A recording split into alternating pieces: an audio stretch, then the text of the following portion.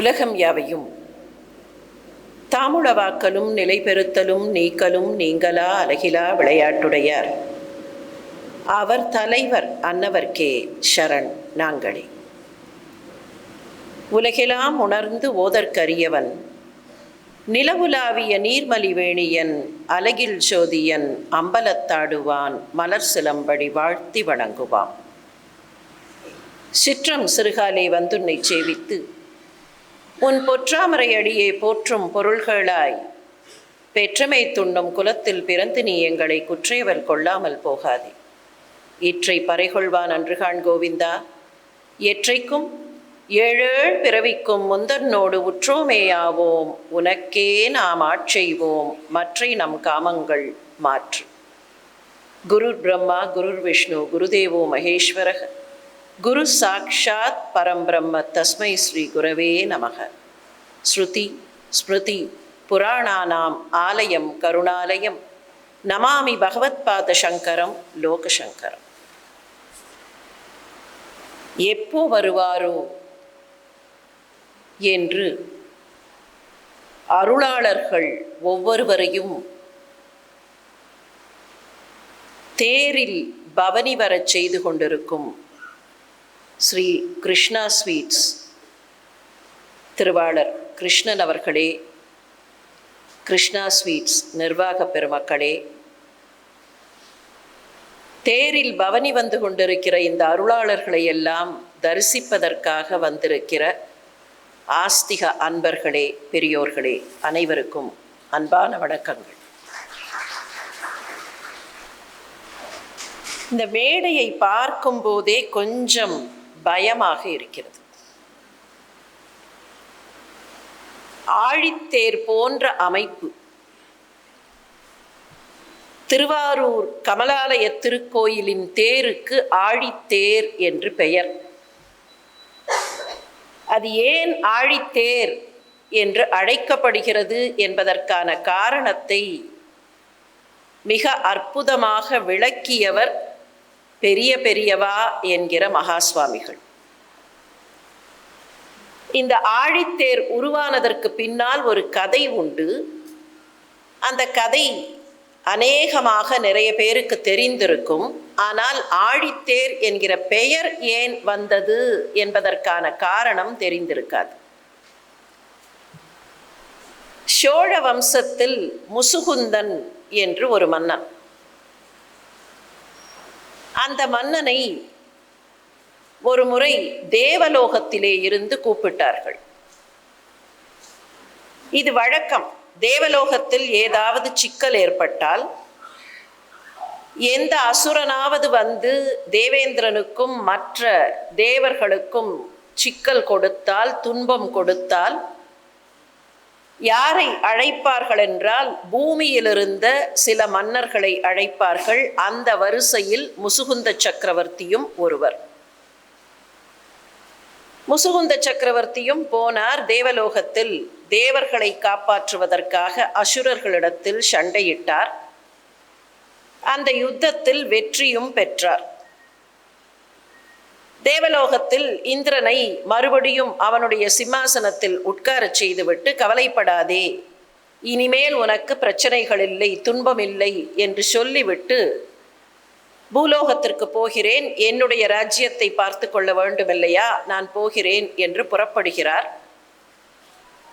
நாளை காலையில் தானே புறப்படுகிறீர்கள், போய்விட்டு வாருங்கள் என்று இந்திரனும் சொல்லுகிறான். காலை வந்து உன்னை சந்தித்து விடை பெற்றுக் கொள்கிறேன் என்று அவர் தங்கியிருந்த இடத்திற்கு போய்விட்டார். இந்திரனுக்கு கொஞ்சம் நெருடல் ஏற்பட்டது. என்ன நெருடல்? இவர் புறப்பட்டு போகும்போது இவருக்கு ஏதாவது நம்முடைய பரிசு கொடுத்து அனுப்ப வேண்டும். சாதாரணமாக இவ்வளவு உதவி செய்திருக்கக்கூடிய ஒருவர் வந்து புறப்பட்டு போகிறார் என்றால், ஐயா உங்களுக்கு என்ன வேண்டுமோ இந்த தேவலோகத்தில் அதை எடுத்துக்கொள்ளுங்கள் என்று சொல்ல வேண்டும். அதுதான் நாகரீகம். அன்றைக்கு மாலை சந்தித்த போதும் இந்திரன் அதை அவரிடத்தில் சொல்லிவிட்டான். உங்களுக்கு நாளை காலையில் என்ன வேண்டுமோ அதை எடுத்துக்கொள்ளுங்கள், நீங்கள் பூலோகத்திற்கு போகும்போது அது நாங்கள் தேவலோகத்திலிருந்து கொடுத்த பரிசாக இருக்கட்டும்.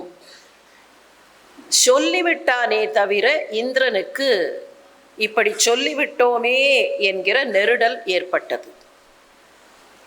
இந்திரனும் நம்மை போலத்தான். ஏதாவது ஒன்றை சொல்லிவிட்டு அவசரப்பட்டு சொல்லிவிட்டோமோ என்று அதற்கு பின்னர் நாக்கை கடித்துக் கொள்கிறோம் இல்லையா? இதே வர்க்கம்தான் இந்திரன். சொல்லிவிட்டோமே, என்ன கேட்பார் முசுகுந்த சக்கரவர்த்தி என்று யோசித்தான். முசுகுந்த சக்கரவர்த்தியின் மனசு அவனுக்கு தெரியும். அவர் காமதேனு பசுவை கேட்க மாட்டார், கற்பக விருட்சத்தை கேட்க மாட்டார், ஐராவத யானையை கேட்க மாட்டார், உச்சைஸ்ரவஸ் குதிரையை கேட்க மாட்டார், தேவலோகத்து அப்சர பெண்களை எல்லாம் கேட்க மாட்டார். அவருடைய உள்ளமெல்லாம் பக்தி தானே. அதனால் அந்த பக்தி தொடர்பாக ஏதாவது கேட்பார். சிந்தித்து பார்த்தான், புரிந்தது. அவனிடத்திலே அவனுடைய அரண்மனை கோயிலில் தியாகேச மூர்த்தம் ஒன்று இருந்தது. தியாகேச மூர்த்தம் அப்படின்னா ரொம்ப கஷ்டப்பட வேண்டாம். ஏன்னா தியாகேசரை பார்க்க முடியாது முழுசா. தியாகேசர் அலங்காரத்திலேயே இருப்பார், அவரை முழுசா பார்க்க முடியாது. முகம் மாத்திரம் பார்க்கலாம். ஒரு பாட்டு கூட உண்டு, முகம் மட்டும் காட்டி மூடி மறைக்கும் மந்திரம் ஏனதா அப்படின்னு ஒரு பாட்டு உண்டு. தியாகேச மூர்த்தம்னா சோமஸ்கந்த மூர்த்தம். உமாதேவி பக்கத்தில் இருக்க சிவபெருமான் அமர்ந்திருப்பார், நடுவிலே முருகப்பெருமான் இருப்பார். இந்த தியாகேச மூர்த்தத்தினுடைய அலங்காரத்தில் முருகப்பெருமான் இருக்கிறது கூட பல சமயத்தில் மறைஞ்சு போகும். இந்த சோமஸ்கந்த மூர்த்தம், தியாகேச மூர்த்தம் இந்திரன் கிட்ட இருந்தது. மகாவிஷ்ணு வழிபட்டு ஒரு முறை இந்திரனுக்கு மகாவிஷ்ணு அதை பரிசாக கொடுத்திருந்தார். தன்னுடைய ஆராதனை பெருமானாக அந்த தியாகேசரை ஆராதித்து கொண்டிருந்தான் தேவேந்திரன். இப்ப அவனுக்கு என்ன பயம் வந்தது? முசுகுந்த சக்கரவர்த்தி கண்டிப்பாக இந்த ஆராதன மூர்த்தத்தை தான் கேட்பார். இதை கேட்டால் என்ன செய்வது? நான் வாய் கொடுத்து விட்டேனே, உங்களுக்கு என்ன வேண்டுமோ தருகிறேன் என்று வாய் கொடுக்காமல் இருந்திருக்கலாமோ என்று நினைத்தான். இரவோடு இரவாக ஒரு திட்டமும் போட்டான். ஒருவேளை அவர் அந்த மூர்த்தத்தை கேட்டுவிட்டால் ஹவு டு எஸ்கேப். எப்பவுமே ஏதாவது ஒரு சிக்கலை நாமே உருவாக்கிட்டு அப்புறம் அதுலேருந்து எப்படி தப்பிக்கிறதுங்கிறதுக்கு திட்டம் போட்டு அந்த திட்டத்திலையும் சரியா செயல்படாம உள்ளுக்குள்ள விழுவது தான் நம்ம வாடிக்கை. இந்திரன் அதையே பண்ணினான். ஒரு திட்டம் போட்டான். ராத்திரியோட ராத்திரியாக மயனை கூப்பிட்டான். இதே மாதிரி மூர்த்தம் இன்னும் ஒரு 6 மூர்த்தம் பண்ணு. இந்த 6 மூர்த்தங்களையும் பக்கத்தில் வைத்து விடு, நான் காலையில் பார்த்து கொள்கிறேன். ராத்திரியோட ராத்திரியா மயன் 6 மூர்த்தங்கள் அதே மாதிரி அச்சு அசலா இருக்கிற மாதிரி பண்ணினா. அடுத்த நாள் காலை முசுகுந்த சக்கரவர்த்தி சொல்லி கொண்டு போவதற்கு வந்தார். உங்களுக்கு நான் பரிசு கொடுக்க வேண்டும் இல்லையா, உங்களுக்கு என்ன வேண்டுமோ கேளுங்கள் நான் இந்திரன். ஏன்னா மனசுக்குள்ள நாம தான் இப்ப பிரச்சனையை சர்க்கம்வெட் பண்ணிட்டோமே அப்படிங்கிற ஒரு நம்பிக்கை. முசுகுந்த சக்கரவர்த்தி தியாகேச பெருமான்னு சொன்ன உடனே வாருங்கள்னு கையை பிடிச்சு அந்த மண்டபத்தில் இருந்த இடத்துக்கு அழைத்து கொண்டு போனா. மண்டபத்தில் வரிசையா 7 தியாகேச மூர்த்தங்கள். இந்த 7ல் எது வேணுமோ எடுத்துக்கொள்ளுங்கள். அவனுடைய திங்கிங் எப்படி போச்சுன்னா, ப்ராபபிலிட்டி ஃபேக்டர் என்ன, 6 எடுத்தா 6ல் ஏதாவது ஒன்று அங்கே போகும். இந்த அச்சு அசலா இருக்கிறத எடுக்கிறதுங்கிறது 1 in 7 தானே. 1 in 7 தான் முசுகுந்த சக்கரவர்த்தி ஒரிஜினலை எடுப்பார். எப்படியும் மீதம் இருக்கக்கூடிய 6ஐ எடுத்து விடுவார், 6ல் 1ஐ எடுத்து விடுவார்ங்கிற நம்பிக்கையில் எது வேண்டுமோ எடுத்துக்கொள்ளுங்கள். முசுகுந்த சக்கரவர்த்தி அப்படி பார்த்தார். அவருடைய உள்ளத்துக்குள்ள சிவபெருமான் கண் சிமிட்டினார். அந்த சிலையில் இல்லை, அந்த சிலா ரூபத்தில் இல்லை, உள்ளத்துக்குள்ள கண் சிமிட்டினார். எது ஒரிஜினல்னு நான் உனக்கு காட்டி கொடுக்கிறேன், அதை எடுத்துக்கொள்னு சிவபெருமான் சொல்ல அச்சு அசலான மூர்த்தத்தை கைகாட்டினார் முசுகுந்த சக்கரவர்த்தி. இப்போ இந்திரனுக்கு என்ன பண்றதுன்னு தெரியல. உடனே என்ன சொன்னா, மன்னித்து விடுங்கள், உங்களை ஏமாற்ற வேண்டும் என்று நினைத்தது என்னுடைய தப்பு. இந்த 7 மூர்த்தங்களையும் எடுத்துக்கொண்டு போங்கள். 7 மூர்த்தங்களையும் எடுத்துக்கொண்டு புறப்படுகிறார் முசுகுந்த சக்கரவர்த்தி. அந்த மயனையே கூப்பிட்டு இந்த 7 மூர்த்தங்களும் பூலோகத்திற்கு போக வேண்டும் என்பதற்காக பார்க்கடலிலே இருக்கக்கூடிய விஷயங்களை எல்லாம் வைத்து ஒரு தேர் செய்யுங்கள், பார்க்கடல் பொருட்களை வைத்து ஒரு தேர் செய்யுங்கள் என்று சொல்ல, அந்த ஆழிக்கடலிலே இருக்கிற பொருட்களை எல்லாம் வைத்து செய்யப்பட்டதுதான் ஆழித்தேர் என்று ஆனது. அந்த ஆழித்தேர் தேவலோகத்திலே இருந்து பூலோகத்திற்கு வந்தது. பூலோகத்திற்கு வந்த அந்த ஆழித்தேரில் 7 தட்டுகள், 7 சிலாரூபங்கள் இல்லையா, அந்த 7 சிலாரூபங்களை வைப்பதற்கு 7 தட்டுகள். அந்த 7வது தட்டு இருக்கு இல்லையா, அதுல தான் ஒரிஜினல் தியாகேசர் இருப்பார். இப்பவும் திருவாரூர்ல ஆழித்தேரும் போது அந்த 7 தட்டு இருக்கும். மீதம் இருக்கிற 6 சிலாரூபங்கள் வெவ்வேறு ஊர்களில் பிரதிஷ்டை செய்யப்பட்டன முசுகுந்த சக்கரவர்த்தியாலேயே. அந்த ஒரிஜினல் சிலாரூபம், எந்த சிலாரூபத்தை கொடுக்கக்கூடாதுன்னு இந்திரன் நினைச்சானோ அந்த சிலாரூபம்தான் திருவாரூர் கமலாலய திருக்கோயிலில் பிரதிஷ்டை செய்யப்பட்டிருக்கிற சிலாரூபம் என்பதாக கணக்கு. அதில் கூட ஒரு கிளைக்கதை உண்டு. கிழக்கு கோபுரம் வழியா தியாகேச பெருமான் வெளியில வரமாட்டார். கோயில் உற்சவங்களின் போது கிழக்கு கோபுரம் வழியா வரமாட்டார். பக்கத்துல இன்னொரு வாசல் இருக்கும், அப்படித்தான் வருவார் போவார். என்ன காரணம்னு கேட்டா, அங்க ஒரு கதை சொல்லுவார்கள். தேவேந்திரனுக்கு ரொம்ப வருத்தமா இருந்தது. என்ன இருந்தாலும் நாம ஆராதனை பெருமானாக வைத்து வைத்து தினந்தோறும் ஆராதனை செய்த அந்த பெருமான் இப்போ பூலோகத்துக்கு போயிட்டாரே அப்படின்னு ரொம்ப வருத்தமாக இருந்தது. இருந்தாலும் ஒன்றும் பண்ண முடியாது. அதனால் பூலோகத்துக்கு வந்தானா அந்த கோவிலில் போய் தியாகேச பெருமான்கிட்ட, எப்போவாவது ஒரு முறை தேவலோகத்திற்கு வரமாட்டீர்களா, எழுந்தருள மாட்டீர்களான்னு கேட்டான். அவர் சொன்னாராம், கவலைப்படாத, கிழக்கு கோபுரம் போய் பக்கத்திலேயே நின்றுன்று, அந்த கிழக்கு கோபுரம் வழியா நான் வரும்போது அப்படி வந்து எதிரில் நில்லு, உன்னோட நான் தேவலோகத்துக்கு வந்துடுறேன்னாராம்.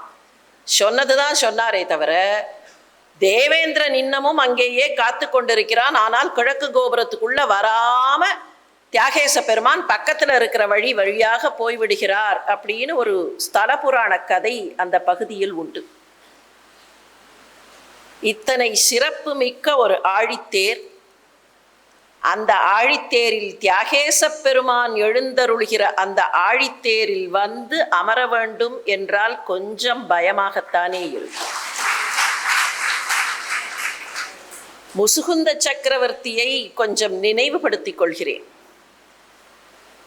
இந்த கோவில்ல இருக்கிற படங்கள்ல எல்லாம் பார்த்துருக்கலாம். முசுகுந்த சக்கரவர்த்திங்கிறவர் கொஞ்சம் குரங்கு முகத்தோட இருப்பார்.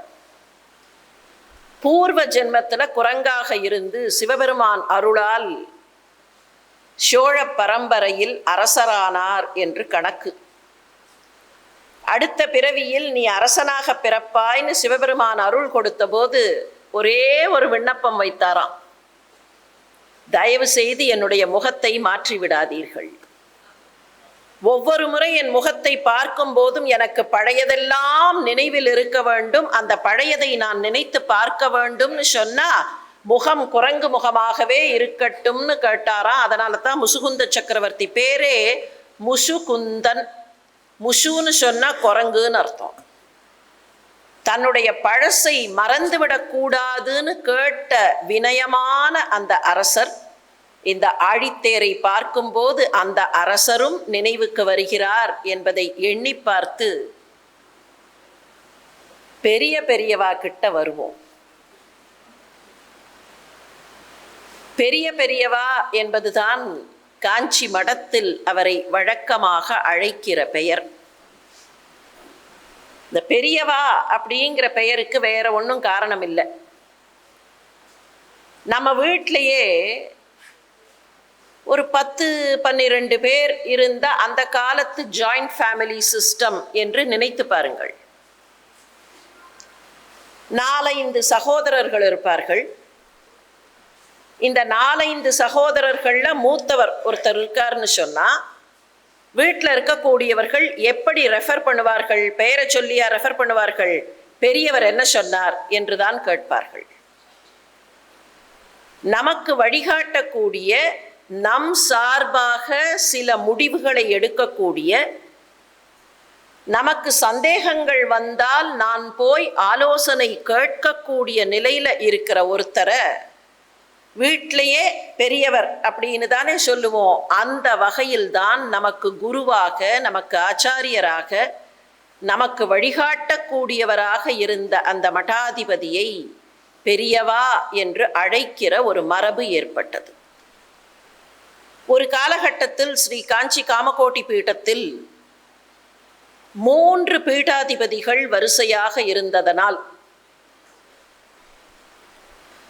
அப்போதுதான் புதியதாக வந்திருந்தவரை புது பெரியவா என்றும், அவர் புது பெரியவா என்றால் அவருக்கு முன்பாக இருப்பவரை பெரிய பெரியவா என்றும், இந்த புது பெரியவாளுக்கும் பின்னால் மடத்தில் பீடாதிபதியாக வந்தவரை சின்ன குழந்தை வடிவத்தில் இருந்தார் என்பதனால் பால பெரியவா என்றும் அழைக்கிற ஒரு மரபு அப்படியே தொடர்ந்தது. காஞ்சி மகாஸ்வாமி என்றும் காஞ்சி பெரியவர் என்றும் பலவிதமாக இன்றைக்கு போற்றப்படுகிற அந்த பெரிய பெரியவா, பெரிய பெரியவாளை பற்றி இந்த அரங்கத்தை வைத்துக் கொள்ளலாம் என்று திரு கிருஷ்ணன் அவர்கள் தெரிவித்த போதே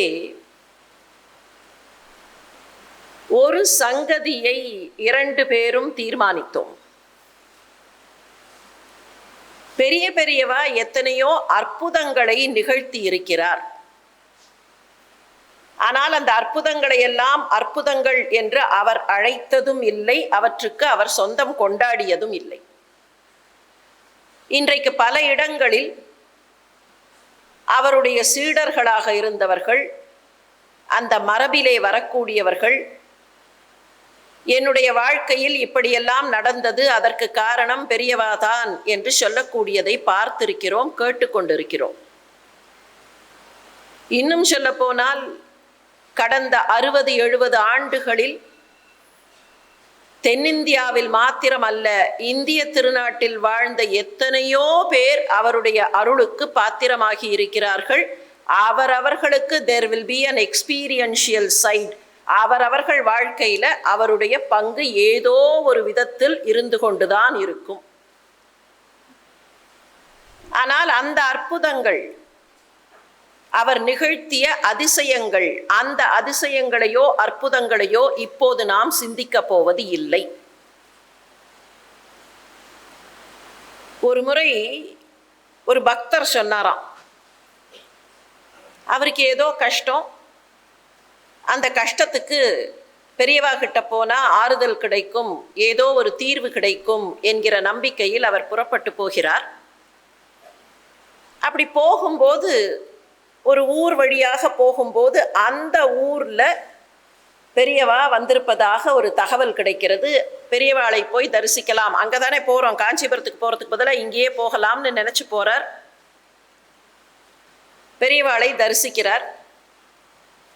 அதுக்கப்புறம் காஞ்சிபுரத்துக்கும் போகலாம், காமாட்சி அம்மன் திருக்கோயிலுக்கு போகலாம்னு நினைச்சு காஞ்சிபுரத்திற்கு வருகிறார். அங்கேயும் பெரியவாளை தரிசிக்கிறார். தன்னுடைய அந்த ஆதங்கத்துல, அபிமானத்துல பெரியவர்கிட்ட போய் சொன்னார், அங்கேயும் உங்களை தரிசனம் பண்ணேன், இங்கேயும் உங்களை தரிசனம் பண்ணேன், ஒரே சமயத்துல 2-3 இடங்களில் நீங்கள் இருப்பது போல் எனக்கு தோன்றுகிறது. நேத்துக்கு நான் எங்கேயோ நடந்து போன போது நீங்க அங்க வந்து நின்று அப்படி கையை காட்டுற மாதிரி இருந்ததுன்னர். பெரியவா இருந்திருக்கலாம், 2-3 இடங்கள்ல இருக்கக்கூடிய வல்லமை அவருக்கு உண்டு. ஆனா அவர் என்ன பதில் சொன்னார் தெரியுமா? அதுக்கு அதெல்லாம் ஒண்ணுமில்லை. எப்படி ஒரே சமயத்துல 2-3 இடத்துல இருக்க முடியும்? ஓ மனசுல எப்பவுமே நீ என்ன நினைச்சுட்டு இருக்கியா, பார்க்கறதெல்லாம் உனக்கு நானா தெரிகிறேன், அதனால தான் அப்படின்னு சொல்லிட்டு அது அப்படி ஒரு போற போக்கில் பிரஷிங் அசைட் அப்படிம்பார்களே, அந்த மாதிரி பிரஷ் அசைட் அப்படின்ட்டு போயிட்டார். அதிசயங்கள் செய்தோம், அற்புதங்கள் நிகழ்த்தினோம் என்று என்றைக்குமே அந்த மகான் சொந்தம் கொண்டாடியவர் இல்லை. நம்மை பொறுத்தவரையில் பெரிய பெரியவாக்கிட்ட நாம் கற்றுக்கொள்வதற்கு நிறைய இருக்கிறது என்று நான் மனதார நம்புகிறேன். குரு ஆச்சாரியர் நமக்கு சொல்லிக் கொடுப்பதற்கு ஏராளமான விஷயங்களை வைத்திருக்கிறார். அந்த ஏராளமான விஷயங்கள்லேருந்து 1-2 நாம் கற்றுக்கொண்டால் நம்முடைய வாழ்க்கை நன்றாக இருக்கும் என்பதனால் அப்படிப்பட்ட விஷயங்களை சிந்திக்கலாம். இந்த பழசுன்னு பார்த்தோமா இல்லையா, நிறைய பேருக்கு பெரியவா will appear to be old, not only in age. அவருடைய நடை உடை பாவனைகள், அவர் சொன்ன சில விஷயங்கள், இப்படித்தான் இருக்க வேண்டும் என்று அவர் கேட்டுக்கொண்ட முறைகள், இதையெல்லாம் பார்க்கும்போது அவர் ரொம்ப மாடர்னெல்லாம் இல்லை, ரொம்ப பழமைவாதி, சில விஷயங்களை பழமையாக நினைத்தவர் அப்படின்னு தோன்றும். ஒரு குறிப்பிட்ட விஷயத்தை பற்றி அவர் எப்படி சிந்தித்தார், எப்படி பார்த்தார்னு ஒரு சில மணித்துளிகள் நம்முடைய நேரத்தை செலவழிக்கலாம். அந்த விஷயத்தை அவர் எப்படி அணுகினார் என்பதை புரிந்து கொண்டால் அவருடைய பெர்ஸ்பெக்டிவ் மாத்திரமில்லை, அவர் நமக்கு எதை கற்றுக் கொடுக்க விழைகிறார் என்பதையும் புரிந்து கொள்ள முடியும். பழைய காலத்துல நம்முடைய நாட்டில் கட்டிகாஸ்தானங்கள் இருந்தனன்னு நமக்கு தெரியும். கட்டிகாஸ்தானம்னா என்னன்னு தெரியாதவர்களுக்கு இப்பெல்லாம் யூனிவர்சிட்டின்னு சொல்றோம் இல்லையா, அந்த மாதிரி கல்விச்சாலைகளாக மாணாக்கர்களுக்கு பல விஷயங்களை கற்றுக் கொடுக்கக்கூடிய கல்விச்சாலைகளாக இருந்தவற்றுக்குத்தான் கட்டிகாஸ்தானங்கள்னு பேர். நாளந்தா பல்கலைக்கழகம் இருந்தது, தக்ஷசீல பல்கலைக்கழகம் இருந்தது அப்படின்னு சொல்றோமே, அந்த மாதிரி இந்திய பூமி முழுக்க நிறைய கட்டிகாஸ்தானங்கள் இருந்தன. ஏராளமான கட்டிகாஸ்தானங்கள். கட்டிகாஸ்தானம்னு சொல்லுவார்கள், இல்லைன்னா கட்டிகை, கட்டிகா அப்படின்னே சொல்லுவார்கள். இதெல்லாம் சின்ன சின்ன சின்ன பள்ளிக்கூடங்கள் இல்லை. ஏதோ ஒரு 40-50 மாணவர்கள் இருந்த பள்ளிக்கூடங்கள், சின்ன குருகுலங்கள் இல்லை. இவையெல்லாம் 7000, 3000, 4000 என்கிற எண்ணிக்கையில் மாணவர்கள் படித்த கல்விச்சாலைகள். 7000 ஸ்டூடெண்ட்ஸ் இன் அ பிளேஸ் அப்படின்னா 7000 டிசைபிள்ஸ் இருந்தார்கள்னா ஒரே ஒரு ஆச்சாரியர் பாடம் நடத்தி இருக்க முடியாது. அப்ப எவ்வளவு பெரிய கட்டிகாஸ்தானங்களாக இவை இருந்திருக்க வேண்டும். இந்த கட்டிகாஸ்தானங்களை பற்றி பல சங்கதிகளை பெரியவா பல கல்வெட்டுகளிலே இருந்து சேகரிக்கிறார். வேற ஏதோ ஒரு விஷயத்துக்காக அந்த கல்வெட்டுகளை எல்லாம் பார்க்கிறார். கல்வெட்டுகளை பார்க்கும்போது அதுல கட்டிகாஸ்தானங்களை பற்றின குறிப்புகளும் வருகின்றன. அந்த கட்டிகாஸ்தானங்களை பற்றி அந்த குறிப்புகளை, அந்த விஷயங்களை சேகரிக்கிறார். அப்படி சேகரிக்கும் போதுதான் 7000 மாணவர்கள் படித்த கட்டிகை அவரே சொல்கிறார். அவர் சொல்ல சொல்ல திரு ரா கணபதி அவர்கள் எப்படி அதை டாக்குமெண்ட் பண்ணினாரோ அதிலே இருந்தே அந்த வரிகளை படிக்கிறேன். இன்னொரு கல்வெட்டிலிருந்து ஒரு கட்டிகை எத்தனாம் பெருசாக ஒரு ஊர் மாதிரி இருந்திருக்கிறது என்று தெரிகிறது. 7000 பேர் ஒரே கட்டிகையில் படித்திருக்கிறார்கள். வடார்காடு குடியாத்தத்துக்கு அருகில் திருவல்லம் கிராமத்தில் நீலா என்ற ஆற்றின் மத்தியில் உள்ள பாறையில் இந்த கல்வெட்டு இருக்கிறது. அந்த கல்வெட்டு 8ஆம் நூற்றாண்டு கல்வெட்டு. 7000 பேர் மாதிரியே 3000 பேர் 1000 பேர் படித்த கடிகைகளை பற்றியும் தெரிய வருகிறது. வடார்காடு செய்யாறு தாலுக்காவில் பிரம்மதேசம் என்கிற கிராமம் இருக்கிறது. அந்த கிராமத்தில் சந்திரமௌலீஸ்வரர் ஆலயம் இருக்கிறது. அதன் கர்ப்பகிரக வடவண்டை சுவரில் உள்ள கல்வெட்டில் திரைராஜ்ய கடிகா மத்தியஸ்த 3000 என்று வருகிறது. அந்த 3000 என்கிற தமிழ் வார்த்தை அங்கே படித்த 3000 மாணாக்கர்களை குறிக்கிறது. பெரியவா எதை சொல்ல வருகிறார்ங்கிறது பார்க்கறது ஒரு பக்கம் இருக்கட்டும், நடுவில் அவருடைய சென்ஸ் ஆஃப் ஹியூமர், சில விஷயங்களை பிராக்டிக்கலாக அவர் பார்த்த பார்வை, அதையும் தெரிந்து கொள்ள வேண்டும் இல்லையா? இப்போ இந்த 7000 3000 அப்படின்னு சொன்ன உடனே நம்மோடு இருக்கக்கூடிய இளைஞர்கள் கொஞ்சம் பரிகாசமாக ஒரு பார்வை பார்ப்பார்கள். இதெல்லாம் என்ன கதை, 7000 people ஒரே இடத்துல இருந்திருக்க முடியுமா? With all the facilities, even today 7000 people ஒரு யூனிவர்சிட்டியில் இருந்தால் எவ்வளவு கஷ்டம். அந்த காலத்து கட்டிக்கையில் ஒரு சின்ன ஊரில் 7000 பேரா அப்படின்னு ஒரு கேள்வி வருமா இல்லையா? இந்த இளைய தலைமுறைக்கு அந்த கேள்வி வருமா வராதான்னு நமக்கு தெரியல. ஆனால் பெரியவா சொல்றார் பாருங்கள், 7000 3000 என்பதெல்லாம் கொஞ்சம் மிகை அப்படின்னு சில பேர் சொல்லக்கூடும் இளைஞர்கள். அப்படியே வைத்துக்கொள்வோம், மிகைப்பட சொன்னார்கள்னு வைத்துக்கொள்வோம். இதுல பாதியாவது இருந்திருந்தால் தானே இந்த அளவுக்கு மிகைப்படுத்தி இருக்க முடியும்.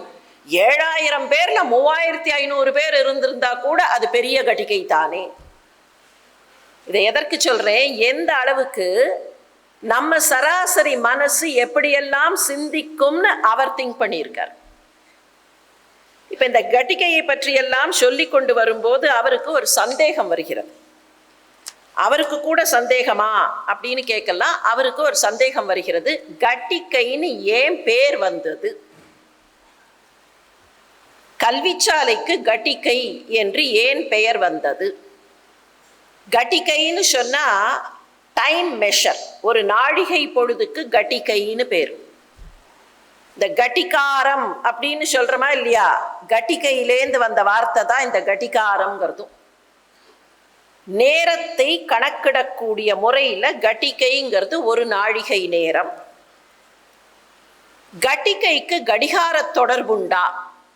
இந்த கல்விச்சாலைக்கு ஏன் கட்டிகைன்னு பேர் வந்தது அப்படின்னு கேள்வி கேட்டு அந்த கேள்விக்கு ஒவ்வொன்றாக ஹி இஸ் சீக்கிங் ஆன்சர்ஸ். ஒவ்வொரு ஆன்சரா இது கரெக்டா இருக்குமா இது கரெக்டா இருக்குமா அப்படின்னு பார்த்து ஒவ்வொரு ஆன்சரா எலிமினேட் பண்றார். கட்டிகைனா என்ன அர்த்தம், அந்த வார்த்தைக்கு என்ன அர்த்தம்?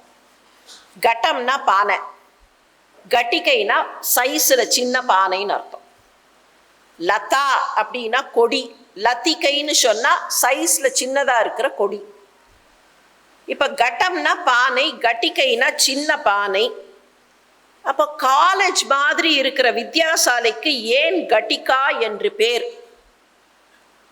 ஏன் டைம், கட்டிகைனா டைம் அப்படின்னு பார்த்துட்டோம் இல்லையா? பானையை வச்சு அந்த பானையில இந்த இப்பெல்லாம் கூட சொல்றோமே ஆர் கிளாஸ் அப்படின்னு சொல்லி, அந்த பானையிலேருந்து சொட்டு சொட்டாக தண்ணீர் வடியும். நம்ம நாட்டில் எப்படி பழக்கம்னா, ஆர் கிளாஸ்ல போடுற மாதிரி மேலே மணலை போட்டு கீழே அந்த மணல் வருவதற்கு எவ்வளவு நேரம்னு பார்க்கறது இல்லை. தண்ணீரை வைத்திருப்பார்கள், சொட்டு சொட்டாக அந்த தண்ணீர் வடிவதற்கு எவ்வளவு நேரம்னு பார்த்து ஒரு நாழிகையில் இவ்வளவு நேரம் அப்படின்னு கால்குலேட் பண்ணுவார்கள். அப்ப கட்டிகைன்னு சொன்னா டைம் அப்படின்னு ஆச்சு. இந்த சென்ஸ் ஆஃப் ஹியூமர்ல கேட்கிறார், காலேஜ் மாதிரி இருந்த வித்யாசாலைக்கு ஏன் கட்டிகா என்று பேர்? எப்போது கிளாஸ் முடியும் என்று கட்டிகாவை பார்த்து கொண்டே இருந்திருப்பார்களோ, அதனால் அந்த பெயர் வந்ததோ? இதுக்கு அப்புறம் ஒன்று சொல்றார், ரொம்பவும் சீரியஸான அகாடமி விஷயத்தில், வேத சாஸ்திர சம்பந்தமான விஷயத்தில் இப்படி குறும்பு பண்ணுவது அவ்வளவு நியாயமில்லை. யாரு? தன்னையே இப்படி குறும்பு பண்ணுவது அவ்வளவு நியாயமில்லைன்னு சொல்லிட்டு அந்த கட்டிகாங்கிற பேர் ஏன் வந்திருக்கும்னு பல இடங்களில் தேடுகிறார். தமிழ்ல நான்மணி கடிகை அப்படின்னு ஒரு நூல் இருக்கு, அதுக்கும் இதுக்கும் ஏதாவது சம்பந்தம் இருக்குமா? ஷோலிங்கர்னு ஒரு திருத்தலம் இருக்கு, அதுக்கு கட்டிகாச்சலம்னு பேரு, அதுக்கும் இதுக்கும் ஏதாவது சம்பந்தம் இருக்குமா? இப்படியெல்லாம் தேடி பல வருஷங்கள் கழித்து அவருக்கு ஒரு க்ளூ கிடைக்கிறது. பூர்வ மீமாம்சத்தை பற்றிய ஒரு நூலில் ஒரு ஸ்லோகம் வருகிறது. அந்த ஸ்லோகத்தில் இருக்கக்கூடிய விஷயத்தை எடுத்துக்கொள்கிறார். அதில் இந்த கட்டிக்கை அப்படிங்கிறதுக்கு ஒரு எக்ஸ்பிளனேஷன் கொடுத்துருக்கு. நிஜமாவே அதில் ஒரு எக்ஸ்பிளனேஷன். கட்டிக்கையில் என்ன செய்வார்கள் அப்படிங்கிறத பற்றி ஒரு பிரயோகம் வருகிறது. கட்டிகா மார்க்க விருத்தி. மார்க்கம்னா நமக்கு தெரியும், வழி. கட்டிக்கையில் பின்பற்றப்படுகிற வழியை எப்படி விருத்தி செய்வது அல்லது அதை எப்படி எக்ஸ்பேண்ட் செய்வது என்னன்னு புரிகிறதா? கட்டிக்கையில் செய்யப்படக்கூடிய விஷயங்கள், கட்டிக்கையில் ஃபாலோ பண்ணுற ஒரு விஷயம் அப்படின்னா, இன்னைக்கு சொல்கிறோமா இல்லையா கரிக்குலம் சிலபஸ் அப்படின்னு, அந்த கட்டிக்கையில் என்ன மாதிரி எக்ஸாம் கண்டக்ட் பண்ணார்கள், என்ன மாதிரி சிலபஸ் ஃபாலோ பண்ணினார்கள் அப்படிங்கிறது தான் கட்டிகா மார்க்க விருத்தி. இந்த கட்டிகா மார்க்க விருத்தி அப்படிங்கிறத பற்றி சோமேஸ்வர பட்டர் என்பவர் ஒரு டீட்டெயில்டு எக்ஸ்பிளனேஷன் கொடுக்கிறார். குமாரில பட்டருடைய ஒரு நூலுக்கு அதில் வரக்கூடிய ஸ்லோகத்திற்கு சோமேஸ்வர பட்டர் ஒரு விளக்கம் கொடுக்கிறார், பொழிப்புரை கொடுக்கிறார். அதில் வருகிறது இந்த விஷயம்.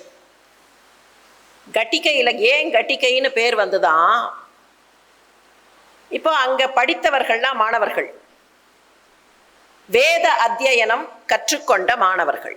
அந்த காலத்தில் வேத பாடசாலை தானே. மார்கழி மாதத்தில் பொன்னந்தி நேரத்தில் வேதத்தின் பொருளை தெரிந்து கொள்கிறோம்னு தானே இங்கே நாம் தொடங்கினோம். அந்த வேத அத்தியனம் அதை செய்யக்கூடிய மாணவர்கள் கட்டிக்கையில் ஆச்சாரியர்கள் இருக்கிறார்கள், வேதத்தை கற்றுக் கொடுக்கிறார்கள். இப்போ இவர்கள் அத்தியனம் செஞ்சு முடிக்கும் போது, அவர்களுடைய அந்த கோர்ஸ் முடியும் போது எக்ஸாமினேஷன் கண்டக்ட் பண்ணணும். எக்ஸாமினேஷன் எப்படி கண்டக்ட் பண்ணுறது?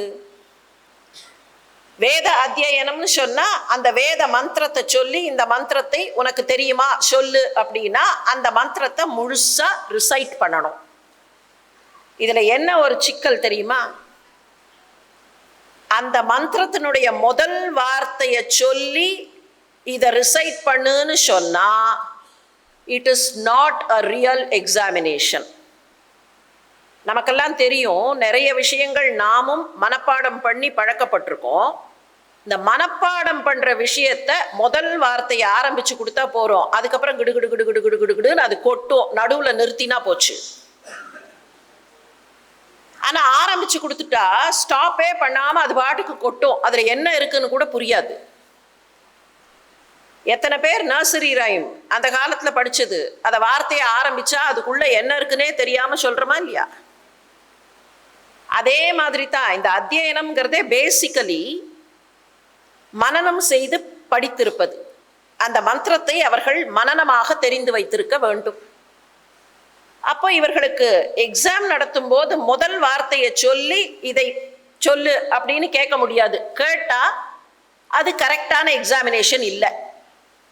அப்போ எப்படி கேட்கறதுன்னா, இத்தனாவது மந்திரம், 8வது மந்திரத்தை சொல்லு, 9வது ரிக்கை சொல்லு அப்படின்னு கேட்கணும். இதில் நிறைய மந்திரங்கள் இருக்குது. அதுக்காக முதல்லையே தொகுக்கும் போதே, இப்போ இல்லை வியாசர் காலத்திலேயே தொகுக்கும் போதே என்ன பண்ணினார்கள்னா, இப்போ ரிக்வேதம் அப்படின்னு எடுத்தால் அந்த ரிக்வேதத்தில் முதல்ல சில பிரிவுகள், மண்டலங்கள், அந்த மண்டலத்துக்குள்ள அனுவாகம், அந்த அனுவாகத்துக்குள்ள சூக்தி, அந்த சூக்தியில இத்தனை ரிக் மந்திரங்கள். அப்போ 4 குரூப் வரும்: மண்டலம், அனுவாகம், சூக்தி, ரிக். இப்போ இந்த பர்டிகுலர் மந்திரம் வேணும் அப்படின்னா என்ன பண்ணுவார்களாம், ஒரு சின்ன ஓலை நறுக்குல, பேப்பர் இல்லை ஓலை நறுக்குல, இப்போ 2வது மண்டலத்தில் 10வது அனுவாகத்தில் 3வது சூக்தத்தில் 7வது ரிக் அப்படின்னா அந்த நம்பரை வரிசையாக எழுதிடுவார்கள். 2-10-3-7. இந்த மாதிரி நிறைய நம்பர்ஸை விதவிதமான காம்பினேஷனில் அந்த நம்பர்ஸ் எல்லாம் எழுதி இந்த ஓலை நறுக்குகளை ஒரு பானையில் போட்டுடுவார்கள். எக்ஸாமினேஷன் நடக்கும்போது அந்த பானையை கொண்டு வந்து வைப்பார்கள். இந்த பக்கத்தில் எக்ஸாமினர் இருப்பார், இந்த பக்கத்தில் அந்த மாணவன் இருப்பான். அந்த மாணவனை அந்த பானைக்குள்ளே கையை விட்டு உன் கையில் எந்த நறுக்கு வருகிறதோ எடுன்னு சொல்லுவார்கள். அந்த நறுக்கை எடுப்பான். அதில் என்ன நம்பர் இருக்கோ அந்த ரிக்கை அவன் தானாகவே ரிசைட் பண்ண ஆரம்பிப்பான். இப்போ இதில் க்ளூ கொடுக்கல, அதுக்குள்ளே என்ன இருக்கோ அதை எடு. அதில் ஒரு 100 நறுக்கு இருக்கும், 150 நறுக்கு இருக்கும். அதில் எது அவன் கைக்கு கிடைக்கிறதோ அதை எடுத்துக்கொண்டு அவன் சொல்ல வேண்டும். இதில் எவ்வளவு அற்புதமான இந்த சிஸ்டம். நியூட்ராலிட்டின்னு இன்னைக்கு சொல்கிறோமா இல்லையா எக்ஸாமில், அந்த நியூட்ராலிட்டி அதுக்குள்ளே இருக்கு. 2வது மண்டலம் தெரியுமா உனக்கு? 2வது மண்டலத்தில் 10வது சூக்தம் அப்படின்னு சொன்னால் க்ளூ கொடுக்குற மாதிரி இருக்கும். இல்லை அவனுக்கு ஏற்கனவே தெரிஞ்சதை தெரிந்து வைத்துக்கொண்டு இந்த எக்ஸாமினர் சொல்கிற மாதிரி இருக்கும். பார்ஷியாலிட்டி இருக்கும். ஆனால் அந்த பார்ஷியாலிட்டிலாம் இல்லாமல் நியூட்ரலாக பண்ணணும்னா அந்த பானைக்குள்ளே கொண்டு வந்து போட்டு அந்த பானையில் நீயே எடு, இட் இஸ் யோர் சாய்ஸ். இப்படித்தான் கட்டிக்கைங்கிற பேர் வந்தது. கட்டிக்கைனா பானை. இந்த பானைங்கிற பெயர் தான் கட்டிகாஸ்தானத்திற்கு வந்தது. ஏன்னா பரீட்சை காலத்தில் கட்டிக்கையில் போட்டு ஓலை நறுக்குகளை எடுத்தார்கள். இது எங்கே கிடைக்கிறது? சோமேஸ்வர பட்டருடைய வியாக்கியானத்தில் கிடைக்கிறது. இதில் என்ன விசேஷம் தெரியுமா? எதுக்காக தெரியுமா இந்த நிகழ்ச்சியை இங்கே நாம் சிந்திக்க வேண்டும் என்று எண்ணினேன்? ஒரு வார்த்தைக்கு என்ன காரணம், என்ன அர்த்தம்னு எல்லாம் தெரிந்த அந்த பெரியவரே தேடி தேடி தேடி தேடி கண்டுபிடித்திருக்கிறார்னு சொன்னா அவருடைய அந்த முயற்சி, அவருடைய அந்த முழுமை எந்த வார்த்தைகளால் வர்ணிப்பது? இன்னைக்கெல்லாம் ஏதாவது ஒரு விஷயத்தை படிக்கணும் அப்படின்னு சொன்னால் எப்படி படிக்கிறோம்? ஒரு 50 ஆண்டுகளுக்கு முன்னால் நாம் படித்த முறைக்கும் இன்றைக்கு நாம் படிக்கிற முறைக்கும் மாற்றம் நிறைய இருக்கு. ஒரு புத்தகத்தை எடுத்து வச்சு, ஒரு பிசிக்கல் புக்கை எடுத்து வச்சு படிக்கணும்னு சொன்னால் 40வது பக்கத்தில் ஏதோ ஒரு விஷயம் இருக்குன்னா நீங்கள் தேடணும். 10வது பக்கத்தை படித்து, 11வது பக்கத்தை படித்து, 12வது பக்கத்தை படித்து அப்படி படித்துக்கொண்டே வந்தால் தான் 40வது பக்கத்தில் இருக்கிற விஷயம் கிடைக்கும். இன்னைக்கு அப்படி இல்லை. இன்னைக்கு அந்த வார்த்தை என்னன்னு போட்டு ஒரு தட்டு தட்டினோன்னா அந்த வார்த்தை எங்கெல்லாம் இருக்கோ ஏதோ ஒன்று கொண்டு வந்து கொடுத்துரும். நாம் என்ன பண்ணுவோம்னா அந்த வார்த்தையை மாத்திரம் படிப்போம், இல்லை அதுக்கு மேலே இருக்கிற ஒரு வார்த்தையை படிப்போம், கீழே இருக்கிற ஒரு வார்த்தையை படிப்போம். அதுக்கு முன்னால் என்ன இருக்குன்னு தெரியாது, பின்னால் என்ன இருக்குன்னு தெரியாது. இப்போ இந்த கல்வி என்னாச்சு? அவ்வளவு ஷாலோவாக போச்சு. ஆனால் அதே சமயத்தில் உலகத்தில் வாழ்க்கையை சந்திக்கக்கூடியவர்களுக்கு தெரியும், எந்த விஷயமாக இருந்தாலும் அதை முழுமையாக தெரிந்து கொள்ளவில்லை என்றால் அதை தெரிந்து கொண்டு எந்த பயனும் இல்லை. மேனேஜ்மெண்ட்ல ஒன்று சொல்லுவார்கள், 360 டிகிரிஸ் அப்படிம்பார்கள். ஒரு விஷயத்தை புரிஞ்சுக்கணும்னு சொன்னால் அதை முழுசா பார்க்கணும். You look at it from all 360 degrees. ஒரே ஒரு ஆங்கிளில் பார்த்தா அந்த ஆங்கிள் மாத்திரம்தான் கிடைக்கும். இன்னொரு பக்கத்தில் இருக்கிற ஆங்கிள் சரியா தப்பானே நமக்கு தெரியாது. முழுமையாக தெரிந்து கொண்டால் மட்டுமே ஒன்றை முழுமையாக புரிந்து கொள்ள முடியும். பெரியவரே அந்த ஒரு வார்த்தைக்கு இவ்வளவு நாட்கள் செலவழித்து அவர் சொல்றார். அவரே ரெக்கார்ட் பண்ணியிருக்கிற அந்த விஷயத்த, அந்த ஒரு வரியை திரும்ப திரும்ப படிச்சு பார்க்கணும். இந்த கட்டிகைங்கிற வார்த்தைக்கு அர்த்தம் கண்டுபிடிச்சு என்னான்னு தெரிஞ்சுட்டாரா இல்லையா? சொல்லுகிறார் பாருங்கள். கட்டிகாஸ்தானம் என்ற பெயர் இப்படித்தான் உண்டாயிற்று என்று தெரிந்து கொண்ட போது ரொம்பவும் சந்தோஷமும் திருப்தியும் ஏற்பட்டது. ரிசர்ச்சில் பாஸ் பண்ணிவிட்டேன் என்கிற திருப்தி. அவர் நினைச்சிருந்தா அதுதான் பெயர் வைத்தார்கள் அப்படின்னு சொல்லிட்டு போயிருக்கலாம்.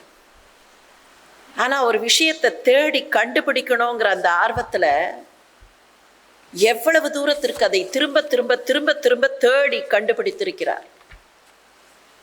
தத்துவத்துல தேடல்பார்கள், விசாரம்பார்கள்.